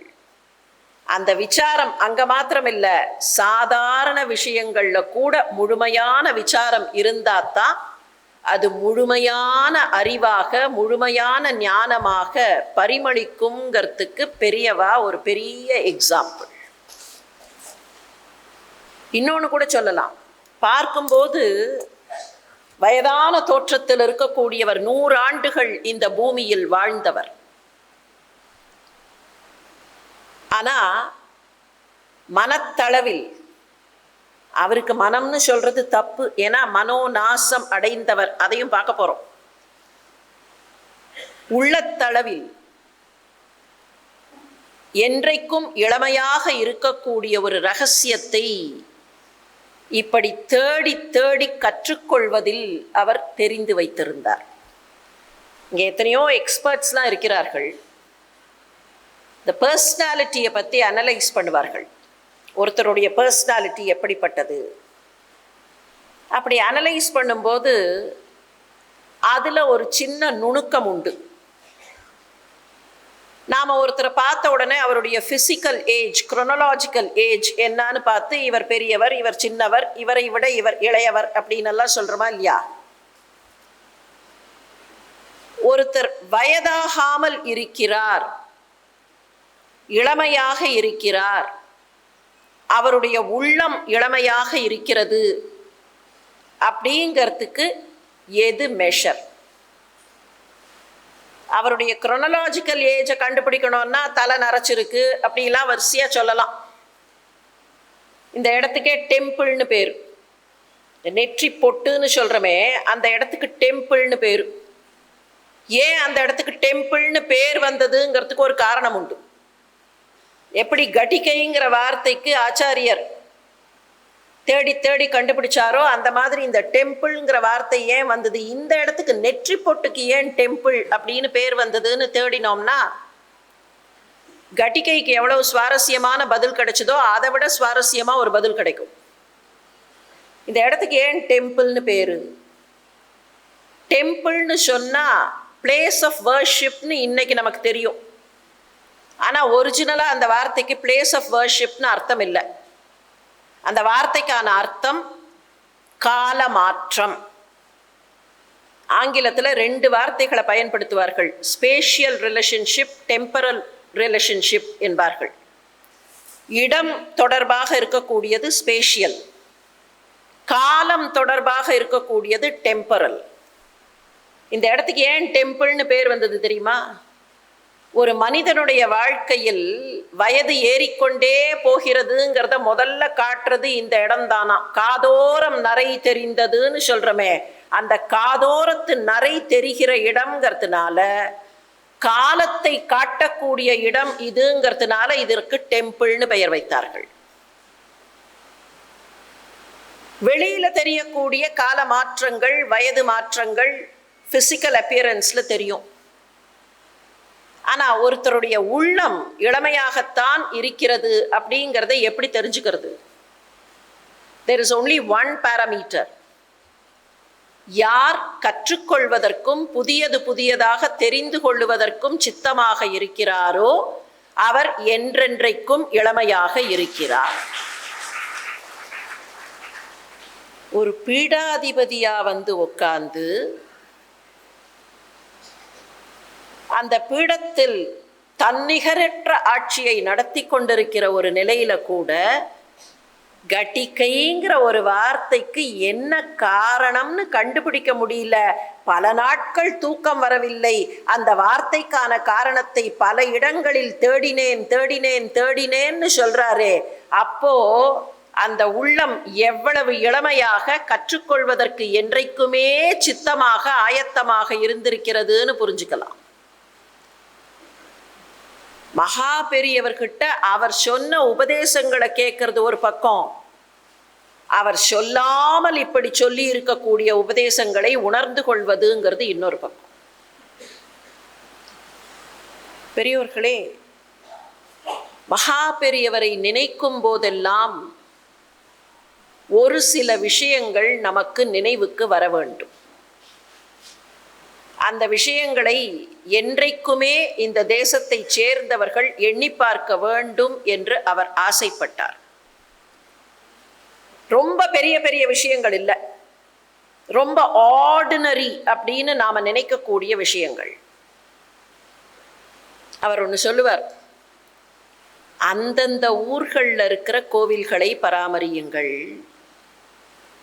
அந்தந்த ஊர்ல இருக்கிற அந்த சின்ன சின்ன சின்ன ஸ்தல புராண கதை இருக்கா இல்லையா, அந்த கதைகளை தெரிந்து வைத்துக் கொள்ளுங்கள், அந்த கதைகளை பராமரியுங்கள். நமக்கு இது வேடிக்கையா இருக்கும். ஏதோ ஒரு சின்ன கோயில், அந்த சின்ன கோயில்ல இருக்கிற ஒரு சின்ன கதை, அந்த கதையை நாம பராமரிக்கணுமா, அந்த கதையை தெரிஞ்சு வச்சு தலைமுறை தலைமுறையாக you have a repository of such stories அப்படிங்கிறாரே. இதெல்லாம் தேவையா? What is this? இன்னைக்கு இருக்கிற வாழ்க்கையில இதெல்லாம் முடியுமா? ஏதோ ஒரு கதை சொன்னார்கள், அப்ப சொன்ன கதை, அந்த கதையெல்லாம் தேவையா அப்படின்னு நினைப்போம். ஆனால் அந்த சின்ன சின்ன சின்ன கதைகள் தான் இந்த மனிதர்கள் ஒன்றாக சேர்ந்து வாழுகிற ஒரே சென்டிமெண்ட் என்பதற்கான ஆதாரம். இதுக்கு இன்னொரு எக்ஸாம்பிளை பார்க்கலாம். இது மகாபெரிவா நேரடியாக சொன்ன எக்ஸாம்பிள் இல்லை, அவர் ஸ்தல புராணங்களுக்கு வேறு சில எக்ஸாம்பிள்ஸ் சொன்னார். அந்த உதாரணங்களுக்குள்ள இப்போ போவதற்கு நமக்கு கால அவகாசம் இல்லை, ஏன்னா லாங்காக இருக்கும். கொஞ்சம் சுருக்கமாக இருக்கிற ஒரு எக்ஸாம்பிளை நாம் பார்க்கலாம். இன்னும் சில நாட்களில் அயோத்தி கோலாகலமாக கொண்டாட்டம் காண இருக்கிறது. ஏறத்தாழ எல்லாரும் இப்போ அந்த ராமனை நோக்கி அப்படிங்கிற ஒரு எண்ணத்துல இருக்கும். இந்த ராமாயணத்துல ஒரு சங்கதி வரும். நேரடியா ராமனை பற்றிய சங்கதி இல்லை. 10 தலையன் சீதையை தூக்கின் போனான். அப்படி தூக்கின் போறதுக்கு முன்னால நடந்ததாக ஒரு சங்கதி. மானுக்கு பின்னால ராமன் போயாச்சு. இங்க சீதைக்கு லக்ஷ்மணன் காவலாக இருக்கிறான். அப்படி காவலாக இருக்கிற நேரத்தில் குரல் கேட்கிறது. அது ராமனுடைய குரல் என்று அவள் பரிதவிக்கிறாள். லக்ஷ்மணா, இங்கே நிற்கிறாயே, புறப்பட்டு போ, அண்ணனுக்கு உதவி செய்வதற்கு போ என்று விரட்டுகிறாள். கோபமாக பேசுகிறாள். புறப்பட்டு போகும்போது லக்ஷ்மணன் என்ன செய்தான்? அந்த பர்ணசாலையை சுற்றி ஒரு கோடு போட்டான். கோடு போட்டு விட்டு போனான். இந்த கோட்டை தாண்டாதே தாயே என்று சொல்லிவிட்டு போனான். சந்நியாசி வேஷத்தில் இருந்த ராவணன் வந்தபோது அவனுக்கு பிக்ஷை போடுவதற்காக அந்த கோட்டை சீதை தாண்டினாள். சந்நியாசியாக இருந்த ராவணன் அவளை தூக்கி கொண்டு போய்விட்டான் என்பதாக ஒரு செய்தி, ஒரு கதை நமக்கு தெரியும்.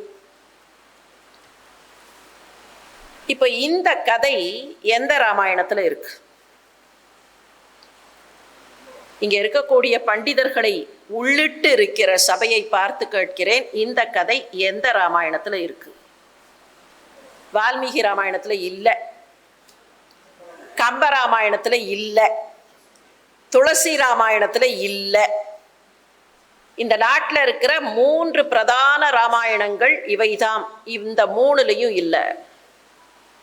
இது எங்க இருக்குன்னா, பிற்காலத்தில் ஏற்பட்ட, பிற்காலத்தில் தோன்றிய தெலுங்கு ராமாயணம் ரங்கநாத ராமாயணத்துல இருக்கு. ஆனா ரங்கநாத ராமாயணம்ங்கிறது ரொம்ப பிற்காலத்துல வந்தது. அதுக்கு முன்னால இருந்த இந்த 3 பிரதான ராமாயணங்கள் ஏன் காளிதாசருடைய ரகுவம்ச காப்பியத்துல கூட இல்லை. இப்ப இந்த கதை, இந்த சம்பவம் பிரதான ராமாயணங்கள்ல இல்லை. ஆனா மக்கள் நம்பிக்கையில இருக்கு. மக்கள் நம்பிக்கையில இருக்கு. மக்கள் நம்பிக்கையில இருக்கிறதுனால தானே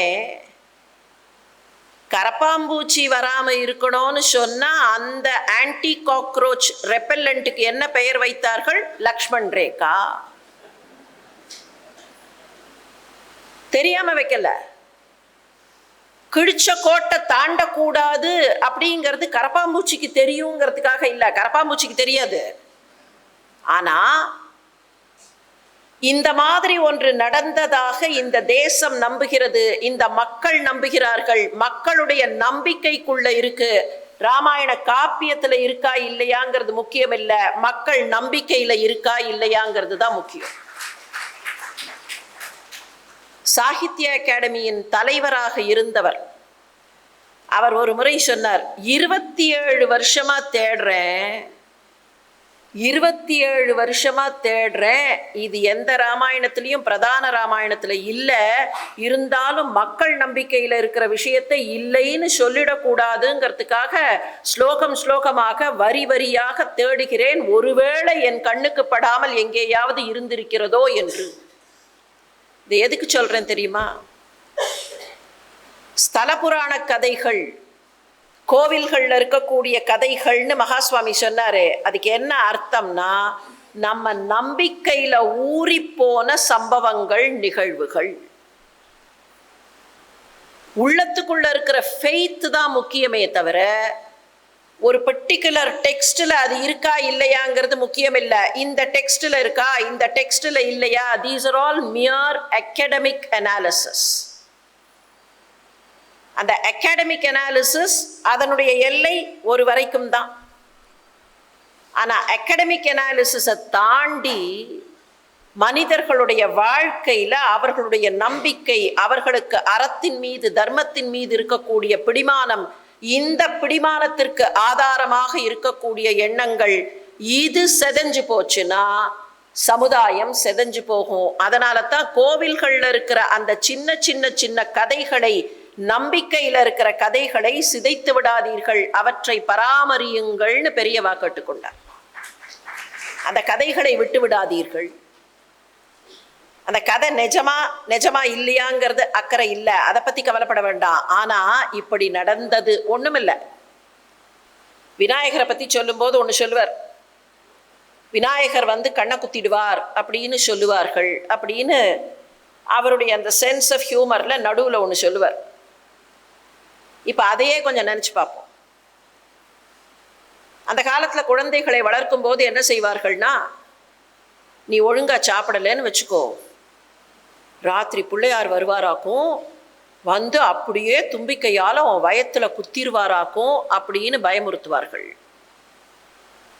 2 நாள் அப்படியா அப்படின்னு கேட்கும் அந்த குழந்தை. 3ஆவது நாள் அந்த குழந்தைக்கு தெரியும், பிள்ளையார் ஒன்றும் வரமாட்டார், அவருக்கு நிறைய வேலை இருக்கு, நம்ம வயத்தை குத்துறதுக்கு அவர் வரமாட்டார் அப்படின்னு அந்த குழந்தைக்கும் தெரியும். ஆனாலும் அந்த அம்மா அதையே சொல்லுவா.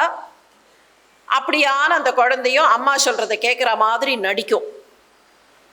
பியாண்ட் அ ஸ்டேஜ், ஒரு ஃபியூ இயர்ஸுக்கு அப்புறம் அம்மாவுக்கும் கதை விடுறோன்னு தெரியும், குழந்தைக்கும் அம்மா கதை சொல்றான்னு தெரியும். ஆனாலும் அதை அப்படியே செய்து கொண்டிருப்பார்கள். என்ன காரணம்?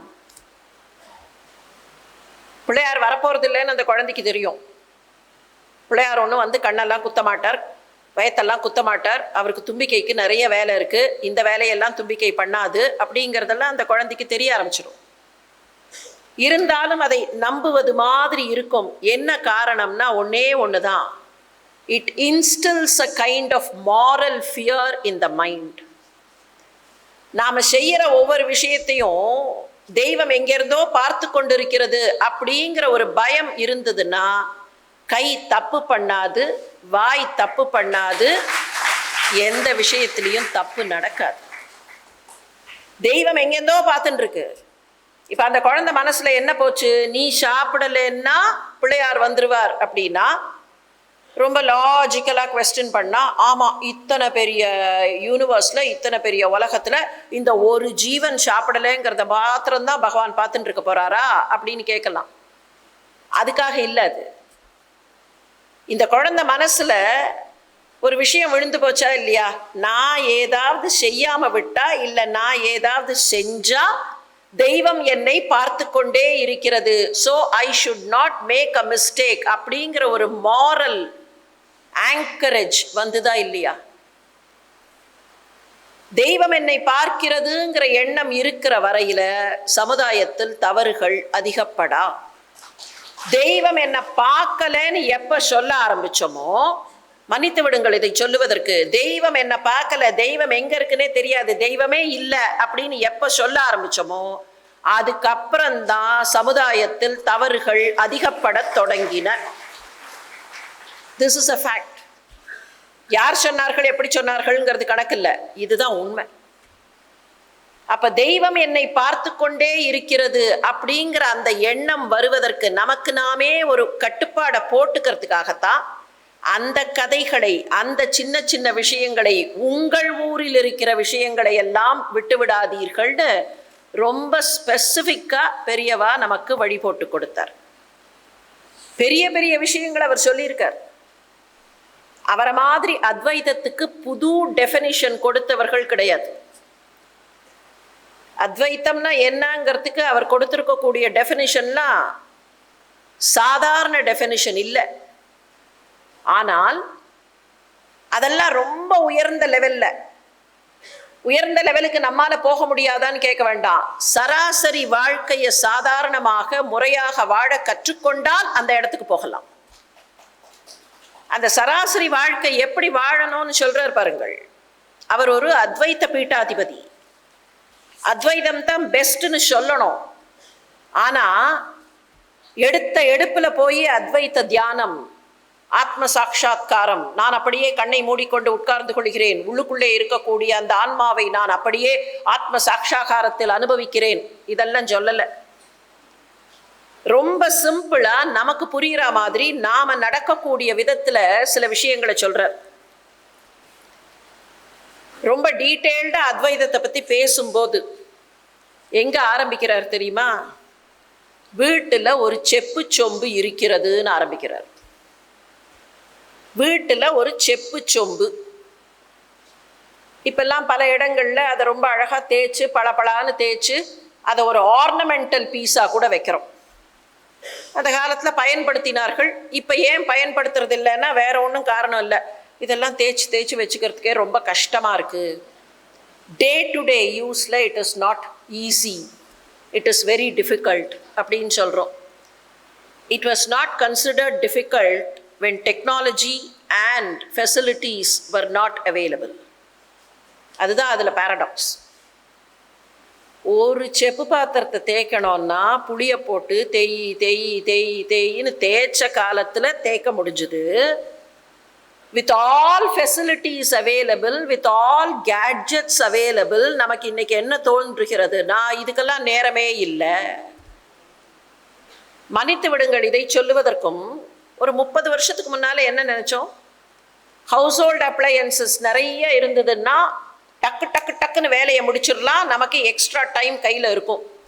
நினைச்சோமா இல்லையா? வீட்டில் ஒவ்வொரு மெஷினா வாங்கி போட்டா அந்த மெஷின் வேலையை பார்த்ததுன்னா நாம கஷ்டப்பட வேண்டாம் அப்படின்னு நினைச்சோமா இல்லையா? நிறைய டைம் கிடைக்கும் அப்படின்னு நினைச்சோமா இல்லையா? இந்த பார்கெயின் ஒவ்வொரு வீடும் ஒரு மினி பவர் ஹவுஸ் ஆச்சு. ஆனா இவ்வளவு கேட்ஜெட்ஸுக்கு அப்புறம் நாம் எதிர்பார்த்த டைம் நமக்கு கிடைச்சுதா? எதிர்பார்த்த டைம் கிடைச்சுதா? தாத்தாவும் தாத்தாவோட அப்பாவும் செலவழித்த ஒரு மணி நேர நிம்மதியான நேரம் இன்னைக்கு with all the gadgets and technology நமக்கு கிடைத்திருக்கிறதா? அவரவர்கள் மனசை தொட்டு பார்த்தா தெரியும். அந்த சொம்புல ஆரம்பிக்கிறார். ஒரு செப்பு சொம்பு இருக்கிறது என்று வைத்துக் கொள்வோம். பெரியவாளுக்கு ரொம்ப பிடிச்ச விஷயம் இந்த லாங்குவேஜ் ஆராய்ச்சி. எப்படி கட்டிகா அப்படிங்கிற பெயர் எப்படி வந்ததோ, அதை எப்படி வந்ததுன்னு கண்டுபிடிக்கணும் அப்படின்னு இறங்கினாரோ, அதே மாதிரி செப்புனா என்ன, செம்புனா என்ன, சொம்புனா என்னன்னு அதை பத்தி ஒரு பெரிய ரிசர்ச். அந்த ரிசர்ச் எல்லாம் இப்போதைக்கு விட்டுடுவோம். இப்போ ஒரு சொம்பு இருக்கு. அந்த சொம்பு அப்படியே வச்சு வச்சு வச்சு அது அந்த ஆக்சிடைஸ் ஆகி அது மேலே அப்படியே அழுக்கு படர்ந்து கலரே மாறி போன மாதிரி இருக்கு. இப்போ அதை என்ன பண்ணலாம்? அதை நன்றாக தேய்க்க வேண்டும். அதை நன்றாக தேய்த்து அதில் இருக்கிற களிம்பு அழுக்கு எல்லாம் போகணும். இந்த செப்பு பாத்திரம் மாதிரி தான் ஆத்மா இருக்கிறது. எங்க வருகிறார் பாருங்கள். இந்த செப்பு பாத்திரம் மாதிரி தான் ஆத்மா இருக்கிறது. ஆத்மா இருப்பது தெரியாதபடி எப்படி சொம்பு இருக்கிறதே தெரியாம அது மேல அழுக்கு களிம்பு எல்லாம் இருக்கோ, அந்த மாதிரி இந்த ஆத்மா இருப்பதே தெரியாதபடி அதன் மேல ஏக அழுக்கை அப்பி வைத்திருக்கிறோம். நம் மனசினாலே நினைக்கிற எண்ணங்கள், வாயாலே சொல்கிற வார்த்தைகள், உடம்பாலே செய்கிற காரியங்கள், இவையெல்லாம் தான் அந்த அழுக்கு எல்லாம் அப்படியே போட்டு அந்த சொம்பை, அந்த ஆத்மாவை மொத்தமாக மூடி வைத்திருக்கிறது. இப்போ அந்த ஆத்மாவை பார்க்கணும்னா என்ன பண்ணணும்? இந்த சொம்பை எப்படி கிளீன் பண்றோமோ அப்படி கிளீன் பண்ணணும். இந்த சொம்பை எப்படி கிளீன் பண்றோம்? களிம்பு போவதற்கு அதை தேய்க்கிறோம். எத்தனை புளி போட்டு, எத்தனை உரிமட்டை வைத்து, எத்தனை மண் அப்பி, இதனாலெல்லாம் தேய்க்க வேண்டி இருக்கிறது. களிம்பு லேசிலே விடுகிறதா? அதிலே பிடித்திருக்கிற பச்சையெல்லாம் போய் அது பளிச்சென்று ஆவதற்கு தேய் தேய் தேய் என்று தேய்க்கிறோம். அப்படி தேய்த்து விட்டு புளி போட்டு தேய்க்கிறோன்னு வச்சுப்போம். அந்த புளி போகணும். அந்த புளி அப்படியே மேலே ஒட்டி இருக்கும். அதுக்கப்புறம் நல்ல தண்ணியை விட்டு அந்த புளியவும் தள்ளிடுறோம். இப்போ அதை கொண்டு வந்து காட்டுறார். எந்த புளியினால் அழுக்கு போகும்னு நினைச்சோமோ அந்த புளியும் கடைசியில் அதுவும் அழுக்குத்தான், அதையும் சேர்த்து தான் தள்ளணும். இந்த புளியை போட்டு தேய்ச்சமேங்கிறதுக்காக தேய்ச்சி முடிச்சு சொம்பு நல்ல பளிச்சுன்னு ஆகும்போது புளி அப்படியே இருக்கட்டும் பரவாயில்ல அப்படி நான் நினைக்கிறோம். தண்ணீர் ஊற்றி அதையும் சேர்த்து தள்ளுகிறோம். அதே மாதிரி இந்த ஆத்மாவை தேய்ப்பதற்கு என்ன செய்ய வேண்டும்? இந்த ஆத்மாவை தேய்ப்பதற்கு புளி போட்டு, உரிமட்டை போட்டு, மண்ணை போட்டு தேய்ப்பது போல நமக்கு சொல்லிக் கொடுக்கப்பட்டிருக்கிற பழக்கங்கள், சாஸ்திரங்கள், சடங்குகள், இதையெல்லாம் போட்டு இந்த ஆத்மாவை தேய்க்க வேண்டும். எப்படி ஒரு ஸ்டேஜில் அந்த புளியும் வேண்டாம், அந்த மண்ணும் வேண்டாம்னு கிளீன் பண்ணுறோமோ, அந்த மாதிரி இந்த சடங்குகள், இந்த சடங்குகளோடு இருக்கக்கூடிய சாஸ்திரங்கள், அந்த செயல்கள், அதையெல்லாம் கூட கிளீன் தான் பண்ணணும். ஆனால் எடுத்த எடுப்பிலேயே இது வேண்டாம்னு சொல்ல முடியாது. எடுத்த எடுப்பில் புளி வேண்டாம்னு சொன்னால் சொம்பு கிளீனே ஆகாது. அந்த மாதிரி எடுத்த எடுப்பில் இந்த சடங்கு வேண்டாம், இந்த சாஸ்திரம் வேண்டாம், இந்த முறை வேண்டாம்னு தூக்கி போடக்கூடாது. இதை செய்து விட்டு கடைசியில் தூக்கி போடணும். எத்தனை சமயத்தில் கேள்வி கேட்குறோம், இதெல்லாம் பண்ணணுமா? இதெல்லாம் இப்படி பண்ணிதான் உண்டா? இப்படித்தான் பண்ணணும்னு பகவான் சொல்லியிருக்காரா? ஒன்று தெரிந்து கொள்வோம். நம்முடைய சிஸ்டம், வேத நெறிப்படி வரக்கூடிய அந்த சிஸ்டம், அதில் நியமம்ங்கிறது ரொம்ப ரொம்ப முக்கியமானது. நியமம், அதுக்கு பேரே நியமம் தான். அஷ்டாங்க யோகத்தில் நியமம்பார்கள். யம நியம. சாதாரணமாக சொல்லும்போது வீடுகள்லேயே கொஞ்சம் பெரியவர்கள் இருந்தால் சொல்லுவார்கள், நியமமாக பண்ணணும் அப்படிம்பார்கள்.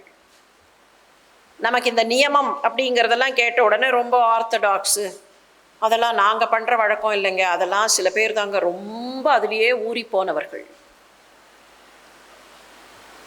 ஒரு 30 வருஷத்துக்கு முன்னால் பள்ளிக்கூடத்தில் படித்தவர்கள் நினைத்து பாருங்கள்.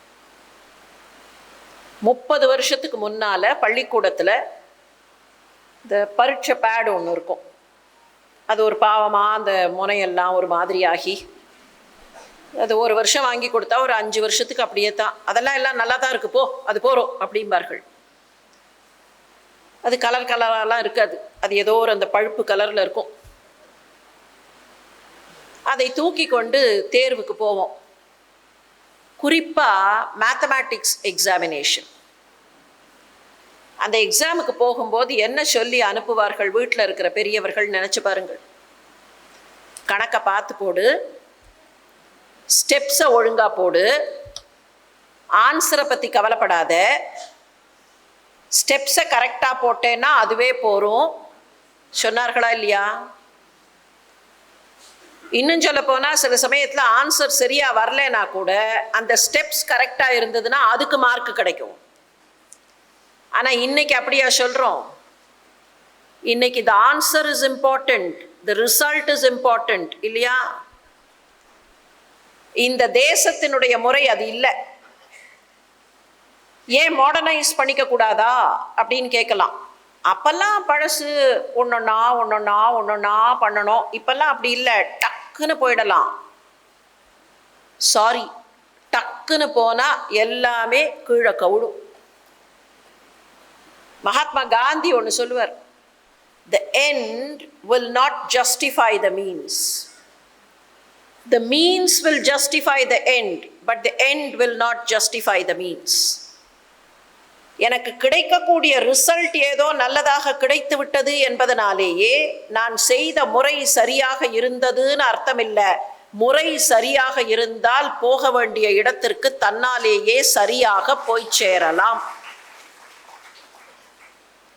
அதனால தான் நம்முடைய முன்னோர்கள் எந்த விஷயமா இருந்தாலும் அதை கரெக்டா முறைப்படி செய்ய வேண்டும், நியமமாக செய்ய வேண்டும்னார்கள். ஏன் அந்த நியமம் என்னாச்சு காலப்போக்கில்னா, அந்த நியமம்ங்கிறதுல இருக்கிற ஸ்டெப் 1 ஸ்டெப் 2 மாத்திரம் எடுத்துட்டோமே தவிர உள்ளுக்குள்ள என்ன தாத்பரியம்னு புரிஞ்சுக்காமலேயே வெற்று சடங்காக அதை செய்ய ஆரம்பிச்சோம். அப்பத்தான் அது வெறும் சடங்கு, ரிச்சுவல்னு மாறி போச்சு.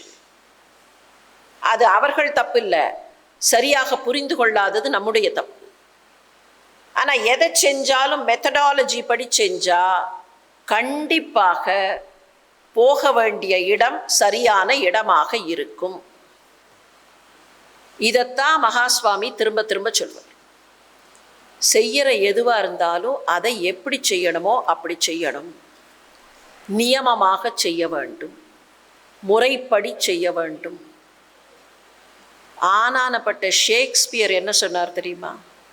நமக்கு எல்லாமே வெளிநாட்டில் யாராவது சொல்லியிருந்தா அது பெரிய விஷயம் இல்லையா? இந்த மெத்தடாலஜி அப்படின்னு சொல்கிறோமே, அதை பற்றி ஷேக்ஸ்பியர் என்ன சொன்னார் தெரியுமா? There should be methodology in madness too. பைத்தியக்காரத்தனமாக இருந்தால் கூட அதில் மெத்தடாலஜி இருக்கணும்னர். பைத்தியம் ஆகாமல் இருப்பதற்கு மெத்தடாலஜி இருக்க வேண்டும்னு சொன்னது தான் நம்ம நாட்டினுடைய மரபு. எதை செய்தாலும் முறைப்படி செய்தால் போக வேண்டிய இடம் சரியாக இருக்கும். நாம எதிர்பார்க்கிற மாதிரி இருக்கணும்னு அவசியம் இல்லை, ஆனால் அது சரியான இடத்தில் நம்மை கொண்டு போய் சேர்க்கும். அந்த மெத்தடாலஜி இருக்கணுங்கிறதுக்காகத்தான் மகாஸ்வாமி பல விஷயங்களை, இந்த ஒரு சின்ன அனாலஜி காமிச்சாரே, ஏன் இந்த சாஸ்திரங்களை எல்லாம் கடைபிடிக்க வேண்டும், ஏன் எப்படி செய்ய வேண்டும். இது புளி போடுற மாதிரி, இது உரிமட்டை போடுற மாதிரி, இது இந்த ஆத்மாவை சுத்தம் பண்ணும். இதை இப்படித்தான் செய்யணும் இப்படித்தான் செய்யணும்னு செஞ்சா காலப்போக்கில் என்னாகும், பக்குவம் ஏற ஏற ஏற ஏற இந்த விஷயம், அந்த புளி எப்படி விட்டு போகுமோ, உரிமட்டை எப்படி விட்டு போகுமோ, அந்த மாதிரி இதெல்லாம் விட்டு போகும். இந்த ஆத்மா ஒளிரும். அதுக்கு இன்னொன்று சொல்வர், புளியெல்லாம் போட்டு தேய்ச்சிடுறோம், அதுக்கப்புறம் நல்ல தண்ணீர் விட்டு கழுவுகிறோம். அப்போ அந்த அழுக்கு புளி இருக்கும், அழுக்கு மட்டை இருக்கும், அதெல்லாமும் போயிடும். இப்போ தண்ணீர் விட்டு கழுவினோம் இல்லையா, அந்த ஈரத்தோட அந்த செம்பை அப்படியே வைப்போமா? ஈரத்தோட வச்சா கொஞ்ச நேரத்தில் திருப்பியும் களிம்பு வந்துடும். அந்த ஈரம் கூட போக வேண்டும்னு அதை துடைத்து வைப்பது மாதிரி இந்த ஆத்மா பளிச்சுன்னு இருக்கணும்னா, அதில் இருக்கக்கூடிய அழுக்கெல்லாம் போகணும்னா இந்த சடங்குகள், சம்பிரதாயங்கள், பெரியவர்கள் சொன்ன முறைகள், விரதங்கள், நோன்புகள், இதையெல்லாம் பண்ணி பண்ணி பண்ணி எப்படி படிக்கணுமோ அப்படியெல்லாம் படித்து ஒன்றொன்னா கடைசியில் புளியும் போயிடும், அந்த மட்டையும் போயிடும். அந்த தண்ணீர் விட்டு கழுவுகிறோமே, பகவன் நாமாவை சொல்லி பூஜையெல்லாம் பண்ணுறோமே, அந்த தண்ணீர் விட்டு கழுவும் போது கடைசியில் அந்த தண்ணீரையும் தொடச்சி வைக்கிற மாதிரி அதெல்லாமும் போய் கடைசியில் இந்த ஆன்மா அப்படியே பளிச்சுன்னு இருக்கும். அந்த நிலையில வேணா இந்த ஆன்மாவுக்குள்ள நாம இன்ட்ரோஸ்பெக்ட் பண்ணி ஆத்ம சாட்சாகாரம்னு உணர முடியுமே தவிர, அது வர வரைக்கும் இந்த மெத்தடெல்லாம் தேவை, இந்த மெத்தடெல்லாம் தேவை. ஆனால் இன்னைக்கு என்ன சொல்கிறோம், நிறைய விஷயங்களை நம்ம பார்த்துட்டு கேள்வி கேட்குறோம், why all these? அந்த why all theseங்கிறதுக்கு அவர் கொடுக்கக்கூடிய விளக்கம், இதையெல்லாம் இப்படி பண்ணினா தான் அல்டிமேட்லி அந்த லெவலுக்கு போக முடியும். எடுத்த எடுப்பில் நேர போய் மாடிப்படியில் நிற்க முடியாது. நான் ஒசரத்துக்கு போகணுங்கிறதுக்காக மாடிப்படியே வேண்டாம்னு சொல்ல முடியுமா? இந்த படியில ஏறினாத்தான் அந்த ஒசரத்துக்கு போக முடியும். அப்ப எவ்வளவு சிம்பிளா அன்றாட வாழ்க்கையில் நாம் எப்படி வாழ வேண்டும், இந்த அன்றாட வாழ்க்கையை தொலைச்சிட்டு அந்த வசதியான வாழ்க்கைக்கு போக முடியாது. வசதியான வாழ்க்கைக்கு போகணும்னா இங்கேருந்து தான் போகணும். வள்ளுவரை கொஞ்சம் நினைவுபடுத்திக்கலாம். வையத்துள் வாழ்வாங்கு வாழ்பவன் வானுரையும் தெய்வத்துள் வைக்கப்படும். நேர போய் தெய்வமா இருக்க முடியாது. இங்க சரியா வாழ்ந்தா தான் தெய்வமாக உயர முடியும்.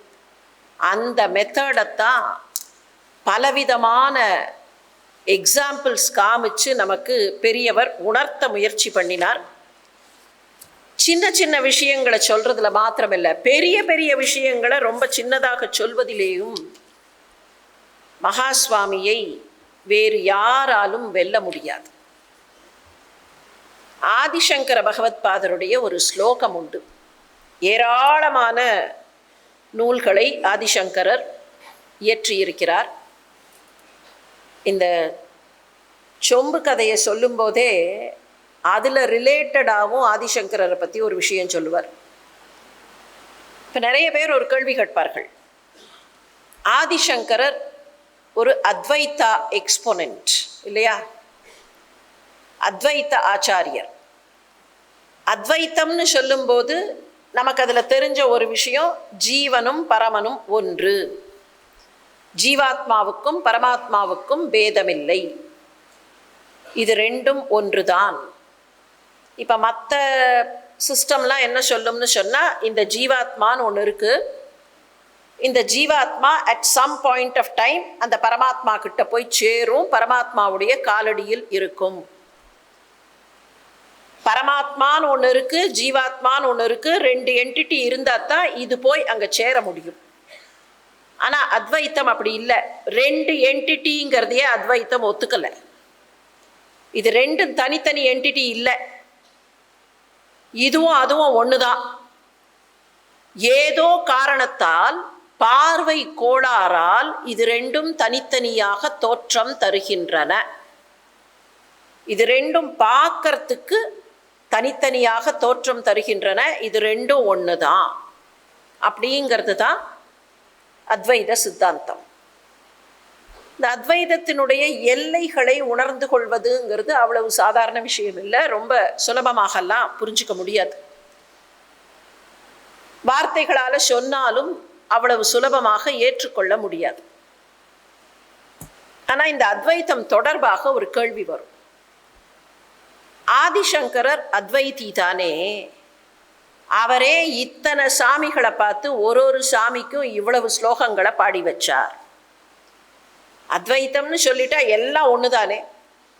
இப்போ எல்லாம் ஒன்றா இருக்கும்போது என்னத்துக்காக ஒவ்வொரு சாமிக்கும் இத்தனை ஸ்லோகம்? மேக்சிமம் ஒவ்வொரு தெய்வ திருமேனிக்கும் ஸ்லோகங்கள் பண்ணினவர் ஆதிசங்கரர் தான். அவர் ஸ்லோகங்கள் பண்ணாத தெய்வ திருமேனியே இல்லைன்னு சொல்லிடலாம். முருகப்பெருமானை பாடியிருக்கார், விநாயகரை பாடியிருக்கார், அம்பாளையே விதவிதமாக பார்த்து பாடியிருக்கார், மதுரையில் இருக்கிற மீனாட்சியை பாடியிருக்கார், காசியில் இருக்கிற அன்னபூர்ணியை பாடியிருக்கார். அம்பாள்னு மொத்தமாக மானசீகமாக பார்த்து அவளுடைய அழகு அப்படின்னே பாடியிருக்கார். சிவபெருமானை பாடியிருக்கார், விஷ்ணுவை பாடியிருக்கார், முருகப்பெருமானை சுப்பிரமணிய புஜங்கம் பாடி துதித்திருக்கிறார். இப்படி ஏராளமான நூல்கள். அதில் சில கேள்விகளை சில பேர் எழுப்புவார்கள். இவர் என்னத்துக்காக இவ்வளவெல்லாம் பாடினார்? இவ்வளவெல்லாம் பாடினார் மாத்திரமில்ல, இதில் இன்னும் சில சங்கடமான கேள்விகளையும் கேட்பார்கள். சௌந்தரிய லகரின்னு பாடுறார். அம்பாளுடைய அழகு, கண்ணதாசன் அதை அம்பிகை அழகு தரிசனம் அப்படின்னு தமிழில் மொழிபெயர்த்தார். அம்பாளுடைய அழகு, கேசாதி பாதம் அவளுடைய வர்ணனை, அவளுடைய முகம் இப்படி இருக்கிறது, அவளுடைய கண்கள் இப்படி இருக்கின்றன, அவளுடைய கைகள் இப்படி இருக்கின்றன, அவளுடைய புஜங்கள் இப்படி இருக்கின்றன, அவளுடைய தொடை இப்படி இருக்கிறது, அவளுடைய பாதங்கள் இப்படி இருக்கின்றன அப்படின்னு அம்பாளுடைய அழக படிப்படியா படிப்படியா படிப்படியா வர்ணிச்சு பாடியிருக்கார்.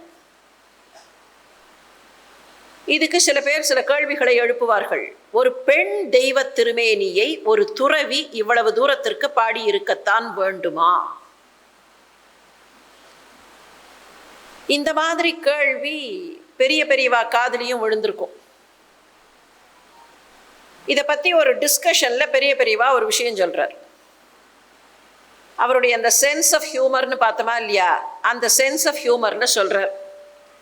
இந்த சௌந்தரிய லஹரி கிரந்தத்தை பற்றி ஒரு முன் கதை ஒன்று உண்டு. ஆதிசங்கரர் கைலாயத்திற்கு போனார். அப்படி கைலாயத்திற்கு போன போது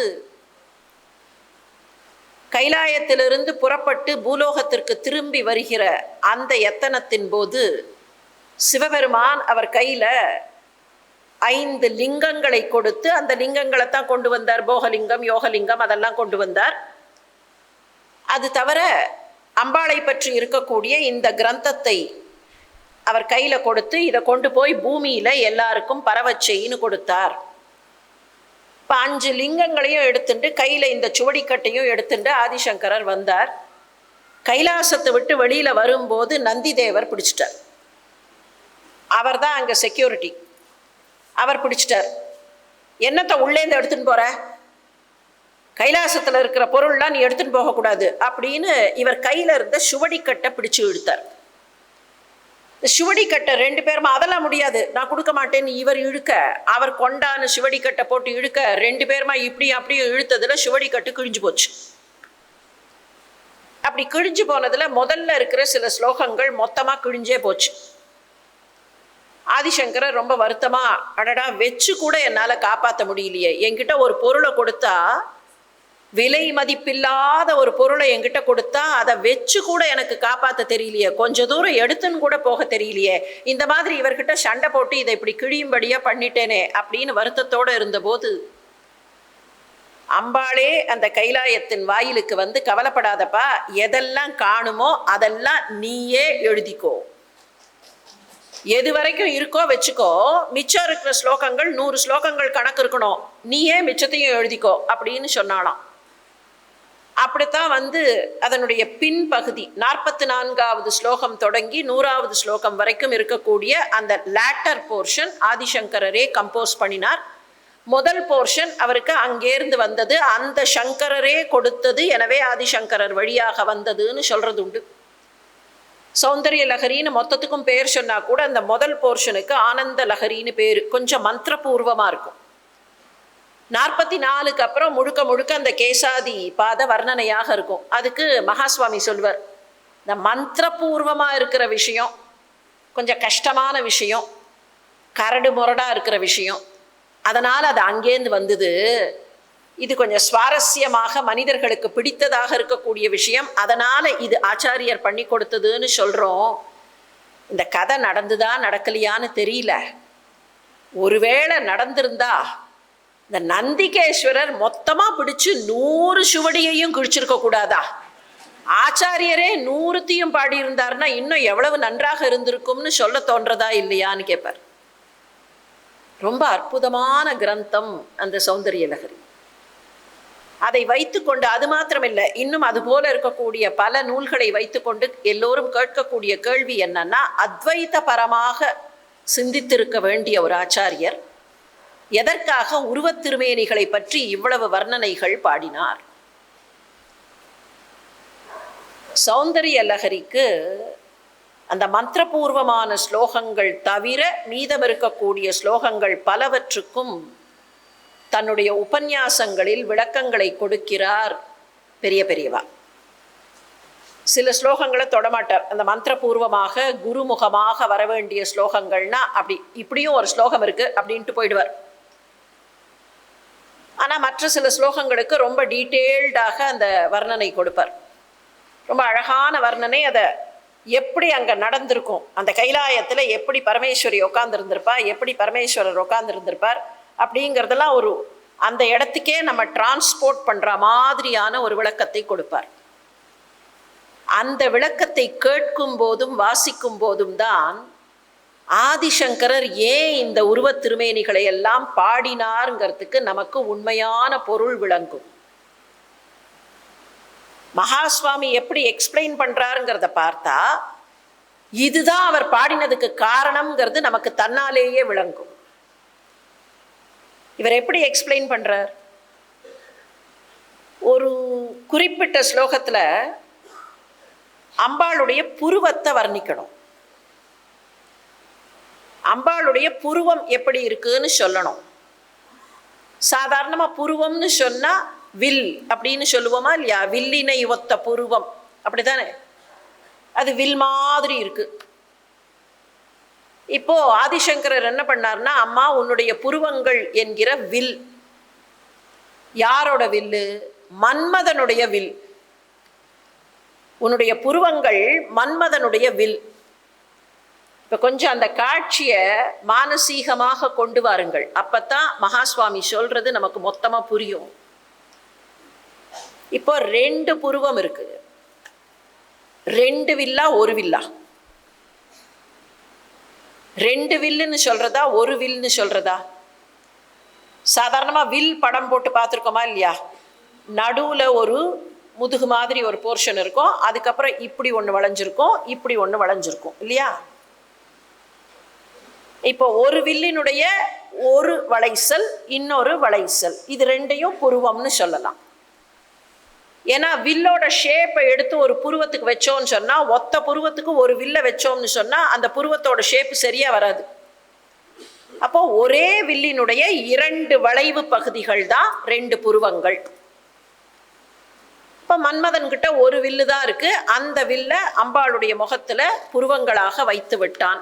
இப்போ டெக்னிக்கலா ஒன் மோர் டிஃபிகல்ட்டி. எப்படியெல்லாம் சுவாமி அதை பார்த்துருக்கார், பெரிய பெரியவா எப்படியெல்லாம் அதை பார்த்துருக்காருன்னு புரிஞ்சுக்கணும். இப்போ என்ன டெக்னிக்கலா ஒரு டிஃபிகல்ட்டினா, இப்படி ஒரு வளைவு, இப்படி ஒரு வளைவு, அதுதானே 2 புருவம். நடுவுல அந்த வில்லு 2 வளைவும் சேர்ந்த ஒரு போர்ஷன் இருக்குமா இல்லையா? இப்ப அந்த போர்ஷனை என்ன சொல்றது? அந்த போர்ஷன் இருக்குன்னு சொல்லி அம்பாளோட 2 புருவத்தையும் சேர்த்து விட்டா பெண்களின் புருவங்கள் சேரக்கூடாதுன்னு சொல்லுவார்கள். காரணம், அது கோபத்துக்கு அடையாளம். இப்ப மன்மதனுடைய வில்லு அந்த இடத்துல இருக்கு, இந்த 2 புருவமும் இப்படி சேர்ந்திருந்தது அப்படின்னு சொல்லி இங்க சேர்த்து விட்டுட்டா சரியா வராது. அம்பாளோ கோபக்காரின்னு ஆக்குறோம். ஜெகன்மாதாவாக இருக்கிற அவளுக்கு கோபம் வரக்கூடாது. ஆதிசங்கரரே இன்னொரு இடத்துல சொல்லுவார், அவளுக்கு கோபம் வந்தது எங்கேம்பர், நவரசத்துல கோபம் 1, அதனால அவளுக்கு கோபம் இருந்ததுன்னு காட்டணும். ஆனால் டெக்னிக்கல் டிஃபிகல்ட்டி, அவளுக்கு கோபம் தன்னுடைய குழந்தைகள் மீது வந்ததுன்னு சொன்னால் ஒரு அம்மாவுக்கு குழந்தை மேலே கோபம் வரக்கூடாது. அதனால என்ன சாமர்த்தியமாக பண்ணுவார்னா, சரோஷா கங்காபியாம்பர். அவளுக்கு கோபம் எங்கே வந்தது தெரியுமா? தன்னுடைய சக்களத்தியாக இருக்கிற கங்கை மீது வந்தது அப்படின்னு அப்படி சைட் ட்ராக் பண்ணி விடுவார். இப்போ இந்த புருவம் 2ம் சேர்ந்ததுன்னு சொன்னால் சிக்கல். ஒரே ஒருத்தருக்கு தான் அந்த 2 புருவமும் அப்படி சேர்ந்து கொக்கி போட்டுண்டது அப்படின்னு இலக்கியங்கள் வர்ணிக்கும். இந்த புருவமும் இந்த புருவமும் சேர்ந்து அப்படி கிராஸ் பண்ணி நின்றுதான். யாருக்கு தெரியுமா? விஸ்வாமித்திரருக்கு. ஏன்னா எப்ப பாரு கோபத்திலேயே தெரிந்தவரா இல்லையா? அதனால அவருக்கு 2 புருவமும் சேர்ந்து அப்படி கிராஸ் பண்ணித்து. ஆனால் அம்பாளுக்கு அப்படி கிராஸ் பண்ணித்துன்னு சொல்ல முடியாது. சரி, நடுவில் இருக்கிற போர்ஷன் இல்லை அப்படின்னு சொன்னா வில்லு உடஞ்சு போச்சுன்னு அர்த்தம். உடைந்த ஒரு பொருளை அம்பாளுக்கு உபமானமாக காட்ட முடியாது. இப்ப டெக்னிக்கலா என்ன பண்றது? வில்லுன்னு சொல்லணும், ஆனாலும் சொல்ல முடியாது. ஒரு டிஃபிகல்ட்டியில மாட்டிக்கிறார் ஆதிசங்கரர். அவர் சாமர்த்தியமா ஒன்று பண்ணினார். அவர் சாமர்த்தியமா பண்ணின அந்த விஷயத்த அப்படியே கண்ணு முன்னால வர்ணித்தார் பெரிய பெரியவா. இப்ப இது யாரோட வில்லு? மன்மதனோட வில்லு. அந்த மன்மதனுக்கு ரொம்ப நாளா சிவபெருமான் மேல ஒரு வெஞ்சன்ஸ் இருக்கு. என்னையா எரிச்ச, நல்ல வேளை அம்பாளுடைய ஆதரவுனால மற்றவர்கள் கண்ணுக்கு நான் தெரியலனா கூட நான் இன்னைக்கு உயிரோட இருக்கேன். நீ என்னை போட்டு எரிச்சிட்டியா இல்லையா? வா, உன்னை பழிக்கு பழி வாங்குறேன் பாரு, உன்னை பழிக்கு பழி வாங்குறேன். சான்ஸ் காத்துட்டே இருக்கானா, எப்போ தன்னோட வில்ல வச்சு இந்த சிவபெருமான் மேல அம்பு போடுறதுங்கிறதுக்காக வெயிட் பண்ணிட்டே இருக்கான். அதனால தான் அம்பாளுடைய புருவமாகவே தன்னுடைய வில்லை வைத்திருக்கிறான். இப்போ எந்த கையோட வில்லு? வில்லு சாதாரணமா எந்த கையில பிடித்துக் கொள்வார்கள்? இடது கையில் பிடித்து கொள்வார்கள். இப்போ இதை அப்படியே அந்த சிச்சுவேஷனை விஷுவலைஸ் பண்ணி கொடுக்கிறார் பெரிய பெரியவா. அங்கே அம்பாள் உட்கார்ந்துருக்கா. அம்பாளுக்கு வலது பக்கத்தில் பரமேஸ்வரன் உட்கார்ந்திருக்கிறார். ஏன்னா அவ வாமபாகத்திற்கு உரியவள். அந்த வாமபாகத்திற்கு உரியவளுக்கு வலது பக்கத்தில் அவர் இருந்தா அவளுக்கு பின்னால மறைஞ்சின்று இருக்கணும். அப்படின்னா மன்மதன் அவளுடைய இடது பக்கத்தில் அமர்ந்திருக்க வேண்டும். அவளுடைய இடது பக்கத்தில் அவன் அமர்ந்து கொண்டு அவளுடைய முகத்தில் அந்த வில்லை பிடிச்சுப்பான்னு சொன்னா, அந்த வில்லை அவன் இப்படி பிடிச்சுக்கும் போது நடுவில் இருக்கிற போர்ஷன் அவனுடைய முஷ்டிக்கு பின்னால் மறைந்து போகிறது. பிரகோஷ்டே முஷ்டே, அது மறைந்து போகிறது. அதை அப்படி மறைத்து கொண்டு அந்த வில் உடையவும் இல்லை. அந்த வில் நம்ம கண்ணுக்கு முழுசா தெரியல, இப்படி பிடித்து கொண்டிருந்தான்னு அதற்கு ஒரு வியாக்கியானம் கொடுக்கிறார். ஆதிசங்கரருக்கு வந்த டெக்னிக்கல் டிஃபிகல்ட்டியை ரியலைஸ் பண்ணி அந்த சீன் அப்படியே முன்னால கொண்டு வந்து வைக்கிறார். ஒரு ஸ்லோகத்திற்கும் பெரிய பெரியவா கொடுத்திருக்கக்கூடிய வியாக்கியானங்கள் அபூர்வமானவை. அந்த வியாக்கியானங்களுக்குள்ளெல்லாம் போகிறதுக்கு நமக்கு இப்போ நேரம் இல்லை. ஆனால் இதை ஏன் அப்படி பண்ணுகிறாருங்கிறத மாத்திரம் நினச்சி பார்ப்போம். இதை ஏன் அந்த அளவுக்கு டீட்டெயில்டாக எக்ஸ்பிளைன் பண்ணுறாருங்கிறத நினச்சி பார்ப்போம். அதை நினச்சி பார்த்தா ஆதிசங்கரர் மேல ஒரு குற்றச்சாட்டு வருகிறதே, எதற்காக இத்தனை தெய்வ திருமேனிகளை இவ்வளவு பாடினார்னு, அந்த குற்றச்சாட்டுக்கான பதிலும் நமக்கு கிடைக்கும். இப்ப இந்த காட்சியை விஷுவலைஸ் பண்ணும்போது நாம என்ன பண்ணினோம்? பார்வதியை உட்கார வைத்தோம், பரமேஸ்வரனை உட்கார வைத்தோம், மன்மதன் அங்கே இருக்கிறான்னு பார்த்தோம். நாம எங்க இருந்தோம்? நாம ஒவ்வொருத்தரும் எங்க இருந்தோம்? அந்த காட்சியில நாமும் போய் அந்த மன்மதனுக்கு அந்தண்ட பக்கம் நின்னோமா இல்லையா? Automatically we were transported to Chintamani கிரகம். Automatically we were transported to the presence of Parameswaran and Parvati. எதுக்காக தெரியுமா ஆதிசங்கரர் இவ்வளவு தெய்வ திருமேனிகளை பாடினார்? இந்த தெய்வ திருமேனிகள் எல்லாம் பாடும்போது என்னாகும்? அவருக்காக இல்லை, அவருக்காக இல்லை, அவருக்கு ஜீவனும் பரமனும் ஒன்றுங்கிற அந்த உயர்நிலையில் இருக்கக்கூடியவர் அவர். ஆனால் அவர் இதை பாடினதை ஒவ்வொன்றையும் நாம் வாசிக்கும் போது ஆட்டோமேட்டிக்காக நம்ம என்ன ஆகிறோம் தெரியுமா? அந்த இடத்துல போய் நாம் நிற்கிறோம். நாம் அந்த இடத்துல போய் நிற்கிறோம். அதனால தான் மகாஸ்வாமி அதை அவ்வளவு விஷுவலைஸ் பண்ணி அந்த சீன் அப்படியே ஒரு ஸ்லோகத்தையும், இது மாத்திரம் இல்லை, மற்ற தெய்வ திருமேனிகளை பற்றி இருக்கக்கூடிய ஸ்லோகங்களை எக்ஸ்பிளைன் பண்ணும்போது கூட அப்படியே அந்த சீனை நமக்கு கண்ணு முன்னால் கொண்டு வருவார். ஏன் அந்த சீனை நமக்கு கண்ணு முன்னால் கொண்டு வருவார்னா, நம்மை அறியாமல் நாம் அந்த இடத்துல போய் அந்த சந்நிதியில் போய் நிற்போம். நாம போக மாட்டோம். போன்னு சொன்னால், இல்லை நான் அப்புறமா போகிறேன், நான் நாளைக்கு போகிறேன், நான் இன்னொரு நாள் போகிறேன், இப்போ இல்லை அப்படின்னு சொல்லி ஏதாவது ஒரு காரணத்தில் தட்டி கழித்து டாட்ஜ் பண்ணி கொண்டே இருப்போம். அப்போ நம்ம கொண்டு போய் அந்த சீக்வன்ஸில் உட்கார வைக்கணும். நாம் போகலைன்னா கூட நம்ம கொண்டு போய் அந்த பகவானுடைய சன்னிதானத்தில் நிற்க வைக்கணும். எப்படி நிற்க வைக்கிறது? ஒரு வார்த்தை இருக்குன்னு வச்சுப்போம். அந்த வார்த்தையை நாம் சொல்ல நம்மை அறியாமல் அந்த வார்த்தையினுடைய பொருள் நம்ம அகக்கண்ணில் வருமா அப்படின்னு கேட்க வேண்டாம், வரும். எங்க பார்க்கலாம் தெரியுமா? நமக்கு ரொம்ப நாள் பழக்கமான ஒருத்தர் இப்போ கொஞ்ச நாளாக பார்க்கல. அது யாராக வேணாலும் இருக்கட்டும், நண்பர்களாக இருக்கட்டும், மகனாக இருக்கட்டும், மகளாக இருக்கட்டும், மனைவியாக இருக்கட்டும், தாயாக இருக்கட்டும், யாராக வேணாலும் இருக்கட்டும், கொஞ்ச நாளாக பார்க்கல. கொஞ்ச நாளாக பார்க்காத அவர்கள் பெயரை சொல்லும் போதே ஒரு கணம் நிறுத்தி நமக்குள்ள பார்த்தோம்னு சொன்னால், அவர்கள் பெயரை சொல்லும் போதே அவர்களுடைய உருவம் நம்முடைய அகக்கண் முன்னால் வருகிறதா இல்லையா? அமெரிக்காவுக்கு போயிருக்கிற பையன், அம்மா இந்த வருஷம் வரேன்னு சொன்னால் வரல. இல்லைம்மா இந்த வருஷம் என்னால் வர முடியாது, I will come after 6 months சொல்லிட்டான்னு வச்சுப்போம். இந்த அம்மா கிட்ட பேச்சு கொடுத்து பாருங்களேன். அந்த அம்மா சொல்லுவா, கண்ணை மூடினா கண்ணுக்குள்ளேயே நிற்கிறான். வரேன்னு சொன்னான், இன்னும் 6 மாதம் கழிச்சு தான் வருவானாம். கண்ணை மூடினா கண்ணுக்குள்ளே நிற்பான். அது எப்படி கண்ணை மூடினா கண்ணுக்குள்ளே நிற்பான்னா, அவன் இந்த கண்ணால் பார்க்கல, அவனோட பேரை சொல்லும் போதே அவளை அறியாமல் அந்த உருவம் அவளுக்கு முன்னால் வருகிறது. நீங்கள் எந்த வார்த்தையை வேணாலும் சொல்லி பாருங்கள், நாம் சொல்கிற வேகத்தில் அதை கவனிக்கிறது இல்லை. அந்த வார்த்தையை சொல்லிட்டு ஒரு கணம் நிறுத்தி இன்ட்ரோஸ்பெக்ட் இன்சைட், அந்த வார்த்தைக்கான அர்த்தம் நம்மை அறியாம நம்ம அகக்கண்ணில் நிற்கும், அந்த உருவம் நிற்கும். இப்போ தெய்வ திருமேனியை எப்படி பார்ப்பது? தெய்வ திருநாமத்தை திரும்ப திரும்ப திரும்ப திரும்ப சொல்ற வழி என்ன? இது போன்ற ஸ்லோகங்கள். இந்த ஸ்லோகங்கள் எல்லாம் திரும்ப திரும்ப சொல்லும்போது ஆட்டோமேட்டிக்காக என்ன ஆகும்?